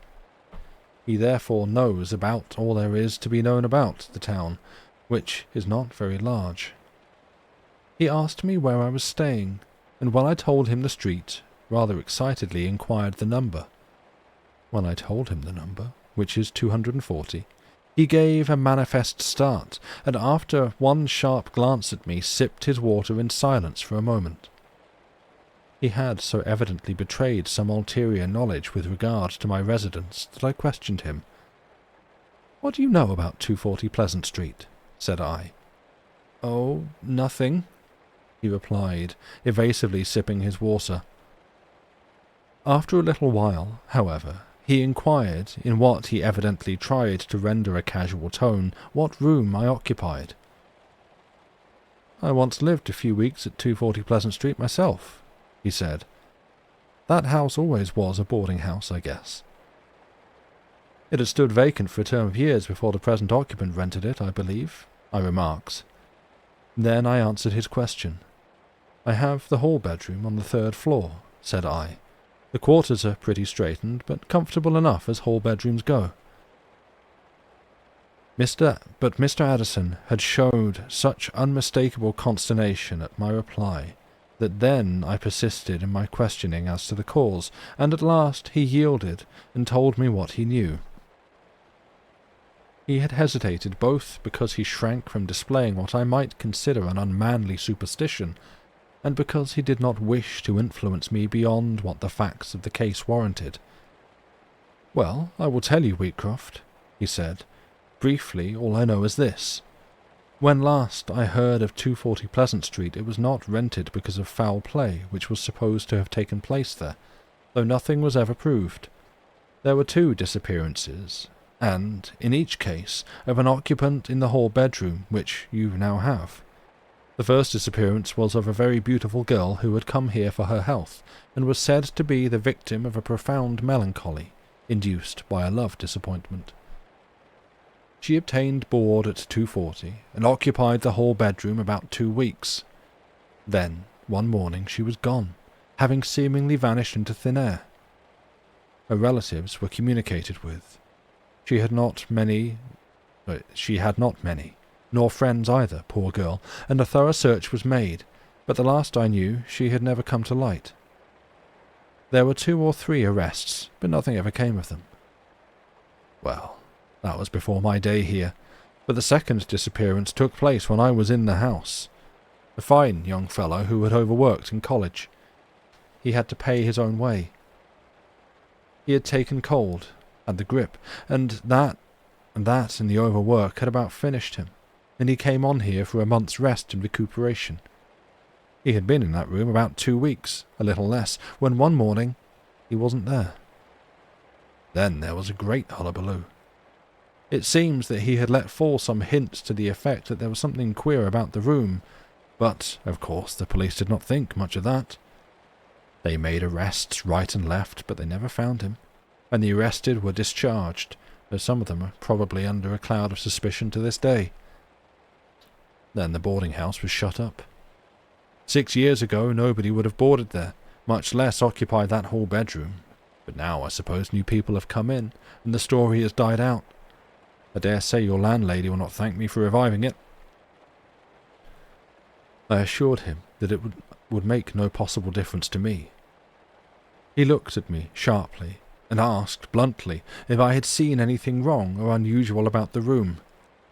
I replied, guarding myself from falsehood with a quibble, that I had seen nothing in the least unusual about the room, as indeed I had not and have not now, but that may come.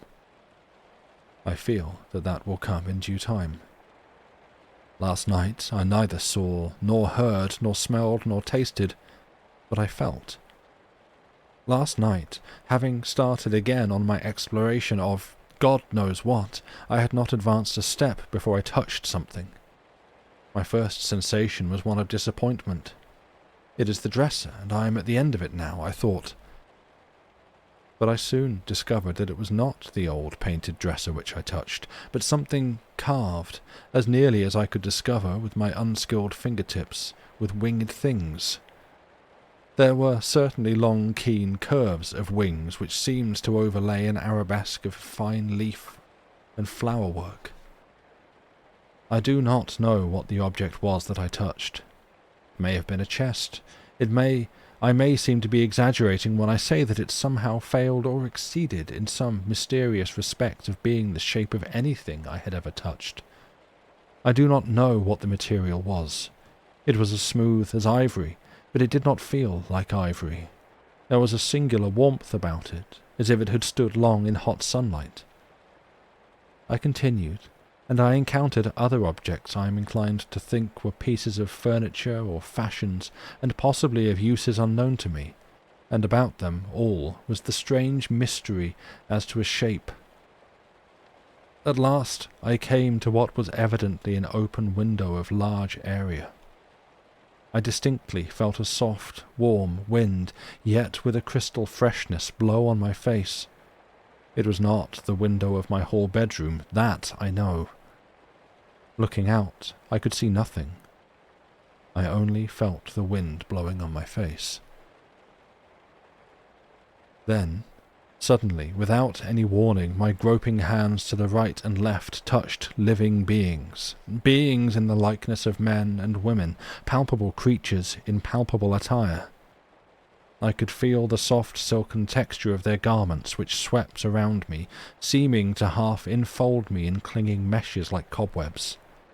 I was in a crowd of these people, whatever they were, and whoever they were, but, curiously enough, without seeing one of them, I had a strong sense of recognition as I passed among them. Now and then a hand that I knew closed softly over mine. Once an arm passed around me. Then I began to feel myself gently swept on and impelled by this softly moving throng.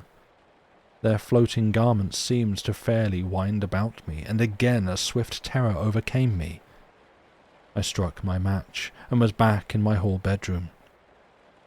I wonder if I had not better keep my gas burning tonight. I wonder if it be possible that this is going too far. I wonder what became of those other people, the man and the woman who occupied this room. I wonder if I had better not stop where I am. January 31st. Last night I saw more than I can describe, more than is lawful to describe. Something which nature has rightly hidden has been revealed to me, but it is not for me to disclose too much of her secret. This much I will say, that doors and windows open into and out of doors, to which the outdoors which we know is but a vestibule. And there is a river. There is something strange with respect to that picture. There is a river upon which one could sail away. It was flowing, silently, for tonight I could only see. I saw that I was right in thinking. I recognized some of the people whom I encountered the night before, though some were strange to me. It is true that the girl who disappeared from the hall bedroom was very beautiful. Everything which I saw last night was very beautiful, to my one sense that could grasp it. I wonder what it would all be, if all my senses together were to grasp it. I wonder if I had better not keep my gas burning tonight. I wonder.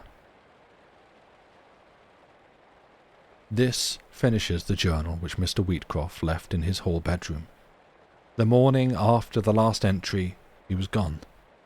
His friend, Mr. Addison, came here, and a search was made. They even tore down the wall behind the picture, and they did find something rather queer for a house that had been used for boarders, where you would think no room would have been let run to waste. They found another room, a long, narrow one, the length of the hall bedroom, but narrower, hardly more than a closet. There was no window nor door, and all there was in it was a sheet of paper covered with figures, as if somebody had been doing sums.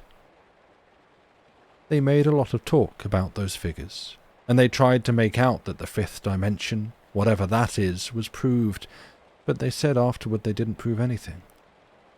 They tried to make out then that somebody had murdered poor Mr. Wheatcroft and hid the body, and they arrested poor Mr. Addison, but they couldn't make out anything against him. They proved he was in the cure all night and couldn't have done it. They don't know what became of Mr. Wheatcroft, and now they say 2 more disappeared from that same room before I rented the house.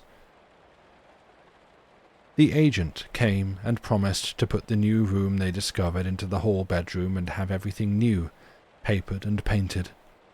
He took away the picture. Folks hinted there was something queer about it. I don't know what. It looked innocent enough, and I guess he burned it up. He said if I would stay, he would arrange it with the owner, who everybody says is a very queer man, so I should not have to pay much if any rent. But I told him I couldn't stay if he was to give me the rent. But I wasn't afraid of anything myself, though I must say I wouldn't want to put anybody in that whole bedroom without telling him all about it. But my boarders would leave, and I knew I couldn't get any more. I told him I would rather have had a regular ghost than what seemed to be a way of going out of the house to nowhere and never coming back again. I moved, and, as I said before, it remains to be seen whether my ill luck follows me to this house or not. Anyway, it has no hall bedroom. The end. Thank you for listening.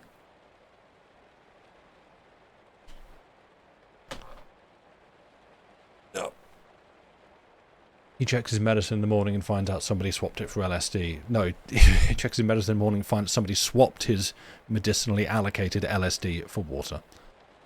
Like, for this time period, it's probably like cocaine or, you know, double cocaine, morphine. The classic, you've got ghosts in your blood, you should do cocaine about it. Now that I've said that 3 times, another demonetized video. Spooky painting, weird. Yeah, I really enjoy that one. I've gone on in the past about Wilkins Freeman's writing, but I really like some of the writing in this. Like the bit at the start when, like, we're just sort of setting up the Wheatcroft character who's going to be your narrator for the majority of the story, and he's just talking about like himself and his lived experiences as someone who, you know, is effectively dealing with a chronic illness and how it sort of affects his life and his boundaries and stuff. It's, yeah, a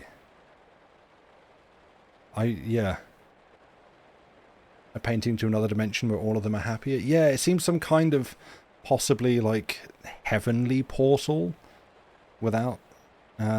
You're thinking of worrying about poisoning patients might be a bit unnecessary since the medicine often was poisonous anyway. Yeah. Yeah. I mean, like, you know, there is, you know, the only difference between between a medicine and a poison is the dose. So, you know, I can respect the Elizabeth Jennings being like, you know what? I don't really know what I'm doing. I haven't trained in this. So I don't want to poison people, so I'm not going to just pick up, you know, the family mantle of apothecary. But yeah, there's like the whole. Did anyone latch onto the bit about just basically like the profound self-realization? You're just being cynical. Yeah, no worries.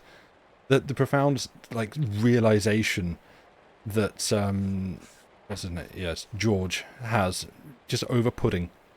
It is curious what an annoyance a restriction in diet can be, even to a man who has considered himself somewhat indifferent to gastronomic delights. Firstly, I just love how this is written. There was today a pudding for dinner which I could not taste without penalty, but which I longed for. It was only because it looked unlike any other pudding that I had ever seen, and assumed a mental and spiritual significance. It seemed to me, whimsically no doubt, as if tasting it might give me a new sensation and consequently a new outlook. Trivial things may lead to large results. Why should I not get a new outlook by means of a pudding? Like, that's... that feel to me, that feels up there with tomato soup is eternal. Like,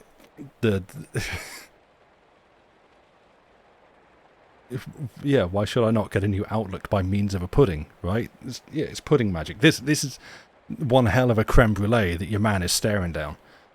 Life here stretches before me most monotonously, and I feel like clutching at alleviations, though paradoxically, since I have settled down with the utmost acquiescence. Still, one cannot immediately overcome and change radically all one's nature.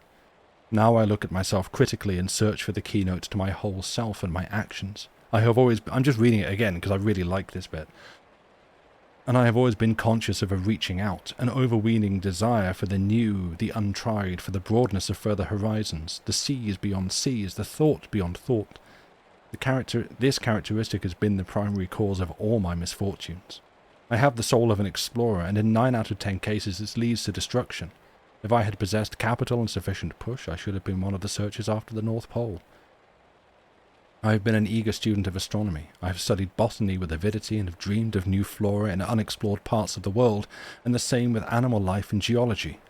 I longed for riches in order to discover the power and sense of possession of the rich. I longed for love in order to discover the possibilities of the emotions. I longed for all that the mind of man could conceive as desirable for man, not so much for purely selfish ends as from an insatiable thirst for knowledge of a universal trend.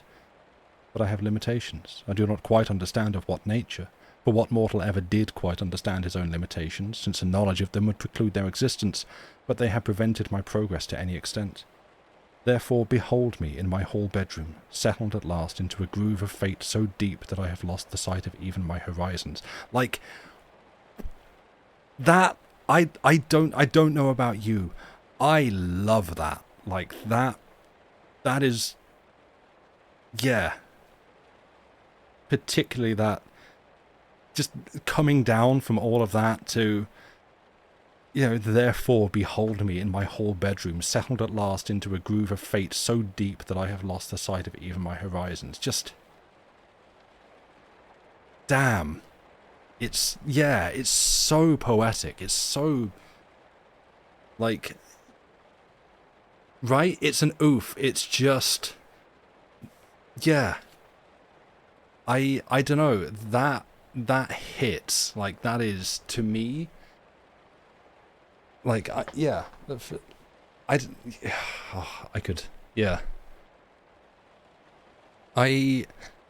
encounter lots of stuff that is, and this isn't me saying, like, I encounter good writing that I don't actually think is good writing. Like, I will see things that I held up as good, as well done, well written in any form, and I'll go like, yeah, probably, but it doesn't connect. I'll see it and be like, I believe you when you say person whose opinion I'm, straw man figure whose opinion I'm constructing to say, hey, this thing here is good, like, actually, like, by measurable metrics, this is good, everyone agrees that it's good. There's been so many things that I'll, films, songs, works, other forms of media that people have created that I see and go, I guess, I don't know, I can't tell, but I believe you that it's good, sure. And then every now and then I find something for me that just, like, resonates, like, I'm vibing with this, and for some reason this whole section, it relates. It reminds you of the way your one friend writes. I mean, hi, welcome to Mary Eleanor Wilkins Freeman. Like, this is, I really like her writing. I don't know if Lucy's read any of her stories on here, but I've sure read plenty. And yeah, she wrote some really, like, the content of the stories themselves, again, I kind of like, because they weren't just like, whoa, is a ghost gonna kill someone? Channel regular M.E.W. Freeman, exactly. They were always a lot more sympathetic, more, yeah. I mean, firstly, another thing that I appreciated, sure, that makes sense. One of the things that I appreciated was, I think, pretty much every story of hers that I've read on here, for someone writing in this period where even a lot of, like, the ratio of male to female authors it vastly skews male, and then when you do find female authors, a lot of them were still it felt like having to write about men, so it's like, oh great, we've got a woman writing this one, George was a scientist and an intelligent man. Oh, fine, okay. And so I've always enjoyed and appreciated that Freeman was like, you know what, I'm going to write about women, and they're not going to be like women in their 18s who were like beautiful and knew how to use it to manipulate men with her womanly charms. It's like, I'm going to write about frumpy old women. They're 40, they're 50, they've lived lives, they have experiences, they've done things. And so I find this one kind of interesting in that your narrator for the whole story is this woman, and she sets up this character, and then we immediately snap over to George, who has the experience of living in this room, and then we go back to your narrator. LMM?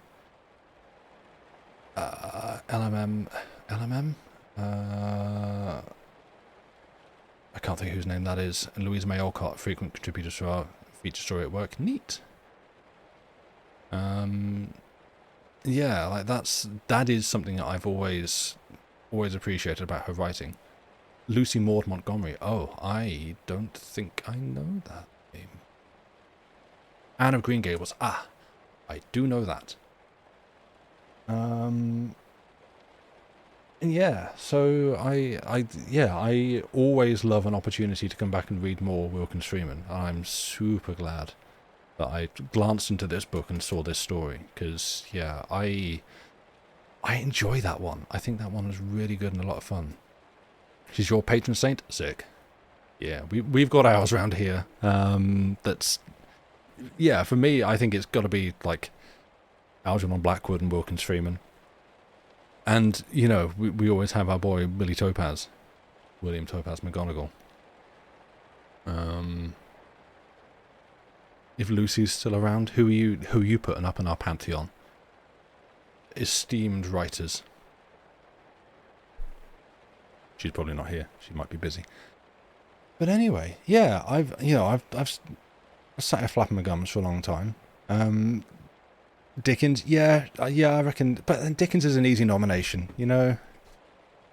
Trying to think who. Oh no, you know what? I'm going to take out my phone because, like, I'm blanking on names. I'm doing a bad job. Too hipster for Dickens? Yeah, exactly. Topaz is a good nickname. He gave himself that nickname. This is, if you've not, we'll be here for another hour if we start talking about McGonagall. But renowned as one of the worst poets, but boy did he love writing. That's our boy Billy Topaz McGonagall.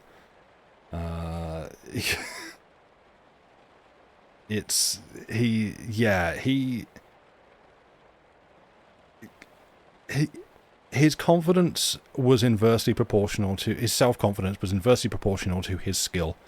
One of the local theatre companies is doing a musical version of A Tale of Two Cities. It's all neat. Okay. Well, what was I looking for? I was looking for is it Mansfield? Catherine Mansfield? Yeah, I feel like, yeah, clearly Lucy hasn't shown up. Catherine Mansfield would probably be one of her author nominations for, like, favourites, because I know she got a lot of airtime, deservedly so. But yeah, anyway, that's it. We have successfully dropped 0 frames. We have had 2 very good stories on a theme. I feel like if you've been playing Blueprints this past week, I hope that the vibes from tonight's stories have complemented that nicely. Yeah, I had a quick skim through my sort of Blackwood very short stories collection, and nothing that I saw immediately seemed to jump out as like complementing this, so I'm quite happy for these 2 to just like stand alone as their own little subcategory. Mr. Raven's playing it while you speak? Hell yeah. I'm probably going to go do some more of that this evening if Lucy's about. Your left wrist has gotten better from not doing anything? Hell yeah. success all round. Happy days. Right, I'm going to see if there is anybody on who can raid. Who is going? You could go over and see Skittle. Skittle is an option. Oh, Surge is playing RuneScape Survival. It's not RuneScape Dragon Wilds. Sorry, his stream title is RuneScape Survival Game. So I was like, oh wow, they called it RuneScape Survival. No, they didn't call it RuneScape Survival. That would be silly. Yeah, let's go over and see Surge, which means I need to very quickly do a thing so that I'm actually logged in on the Chilliteracy account and can say hi in his chat. That would be good. Right. So yeah. Surge is good, lovely people, a member of the Loading Ready Run team. It is a family-friendly chat, so, you know, keep things... Not that you're a bunch that are going to go over there and start, like, swearing and making rude jokes. If Shitehawk's here, do not show your face. You probably will actually get banned if you show up with that username, so, you know, don't. But everyone else, exactly, keep it clean. Lovely, lovely guy. An absolute cinnamon roll and good, lovely, welcoming, inclusive community. Oh boy, do we need more of those at the moment. That sounded sarcastic. It's sincere. We need more communities to be welcoming, safe spaces for people. And so yeah, we're going to go over there, say hi. Chuck him a follow if you're not following. He plays a lot of Minecraft and other survival games. And yeah, we will see you on the next one. I forget what that is and what it will be. Probably Lucy in the middle of next week. But for now, hey Stephen, hello, welcome. But for now, we're going to go. So thank you all for being here. Been a lovely audience, and I will see you next time. Goodbye and good night.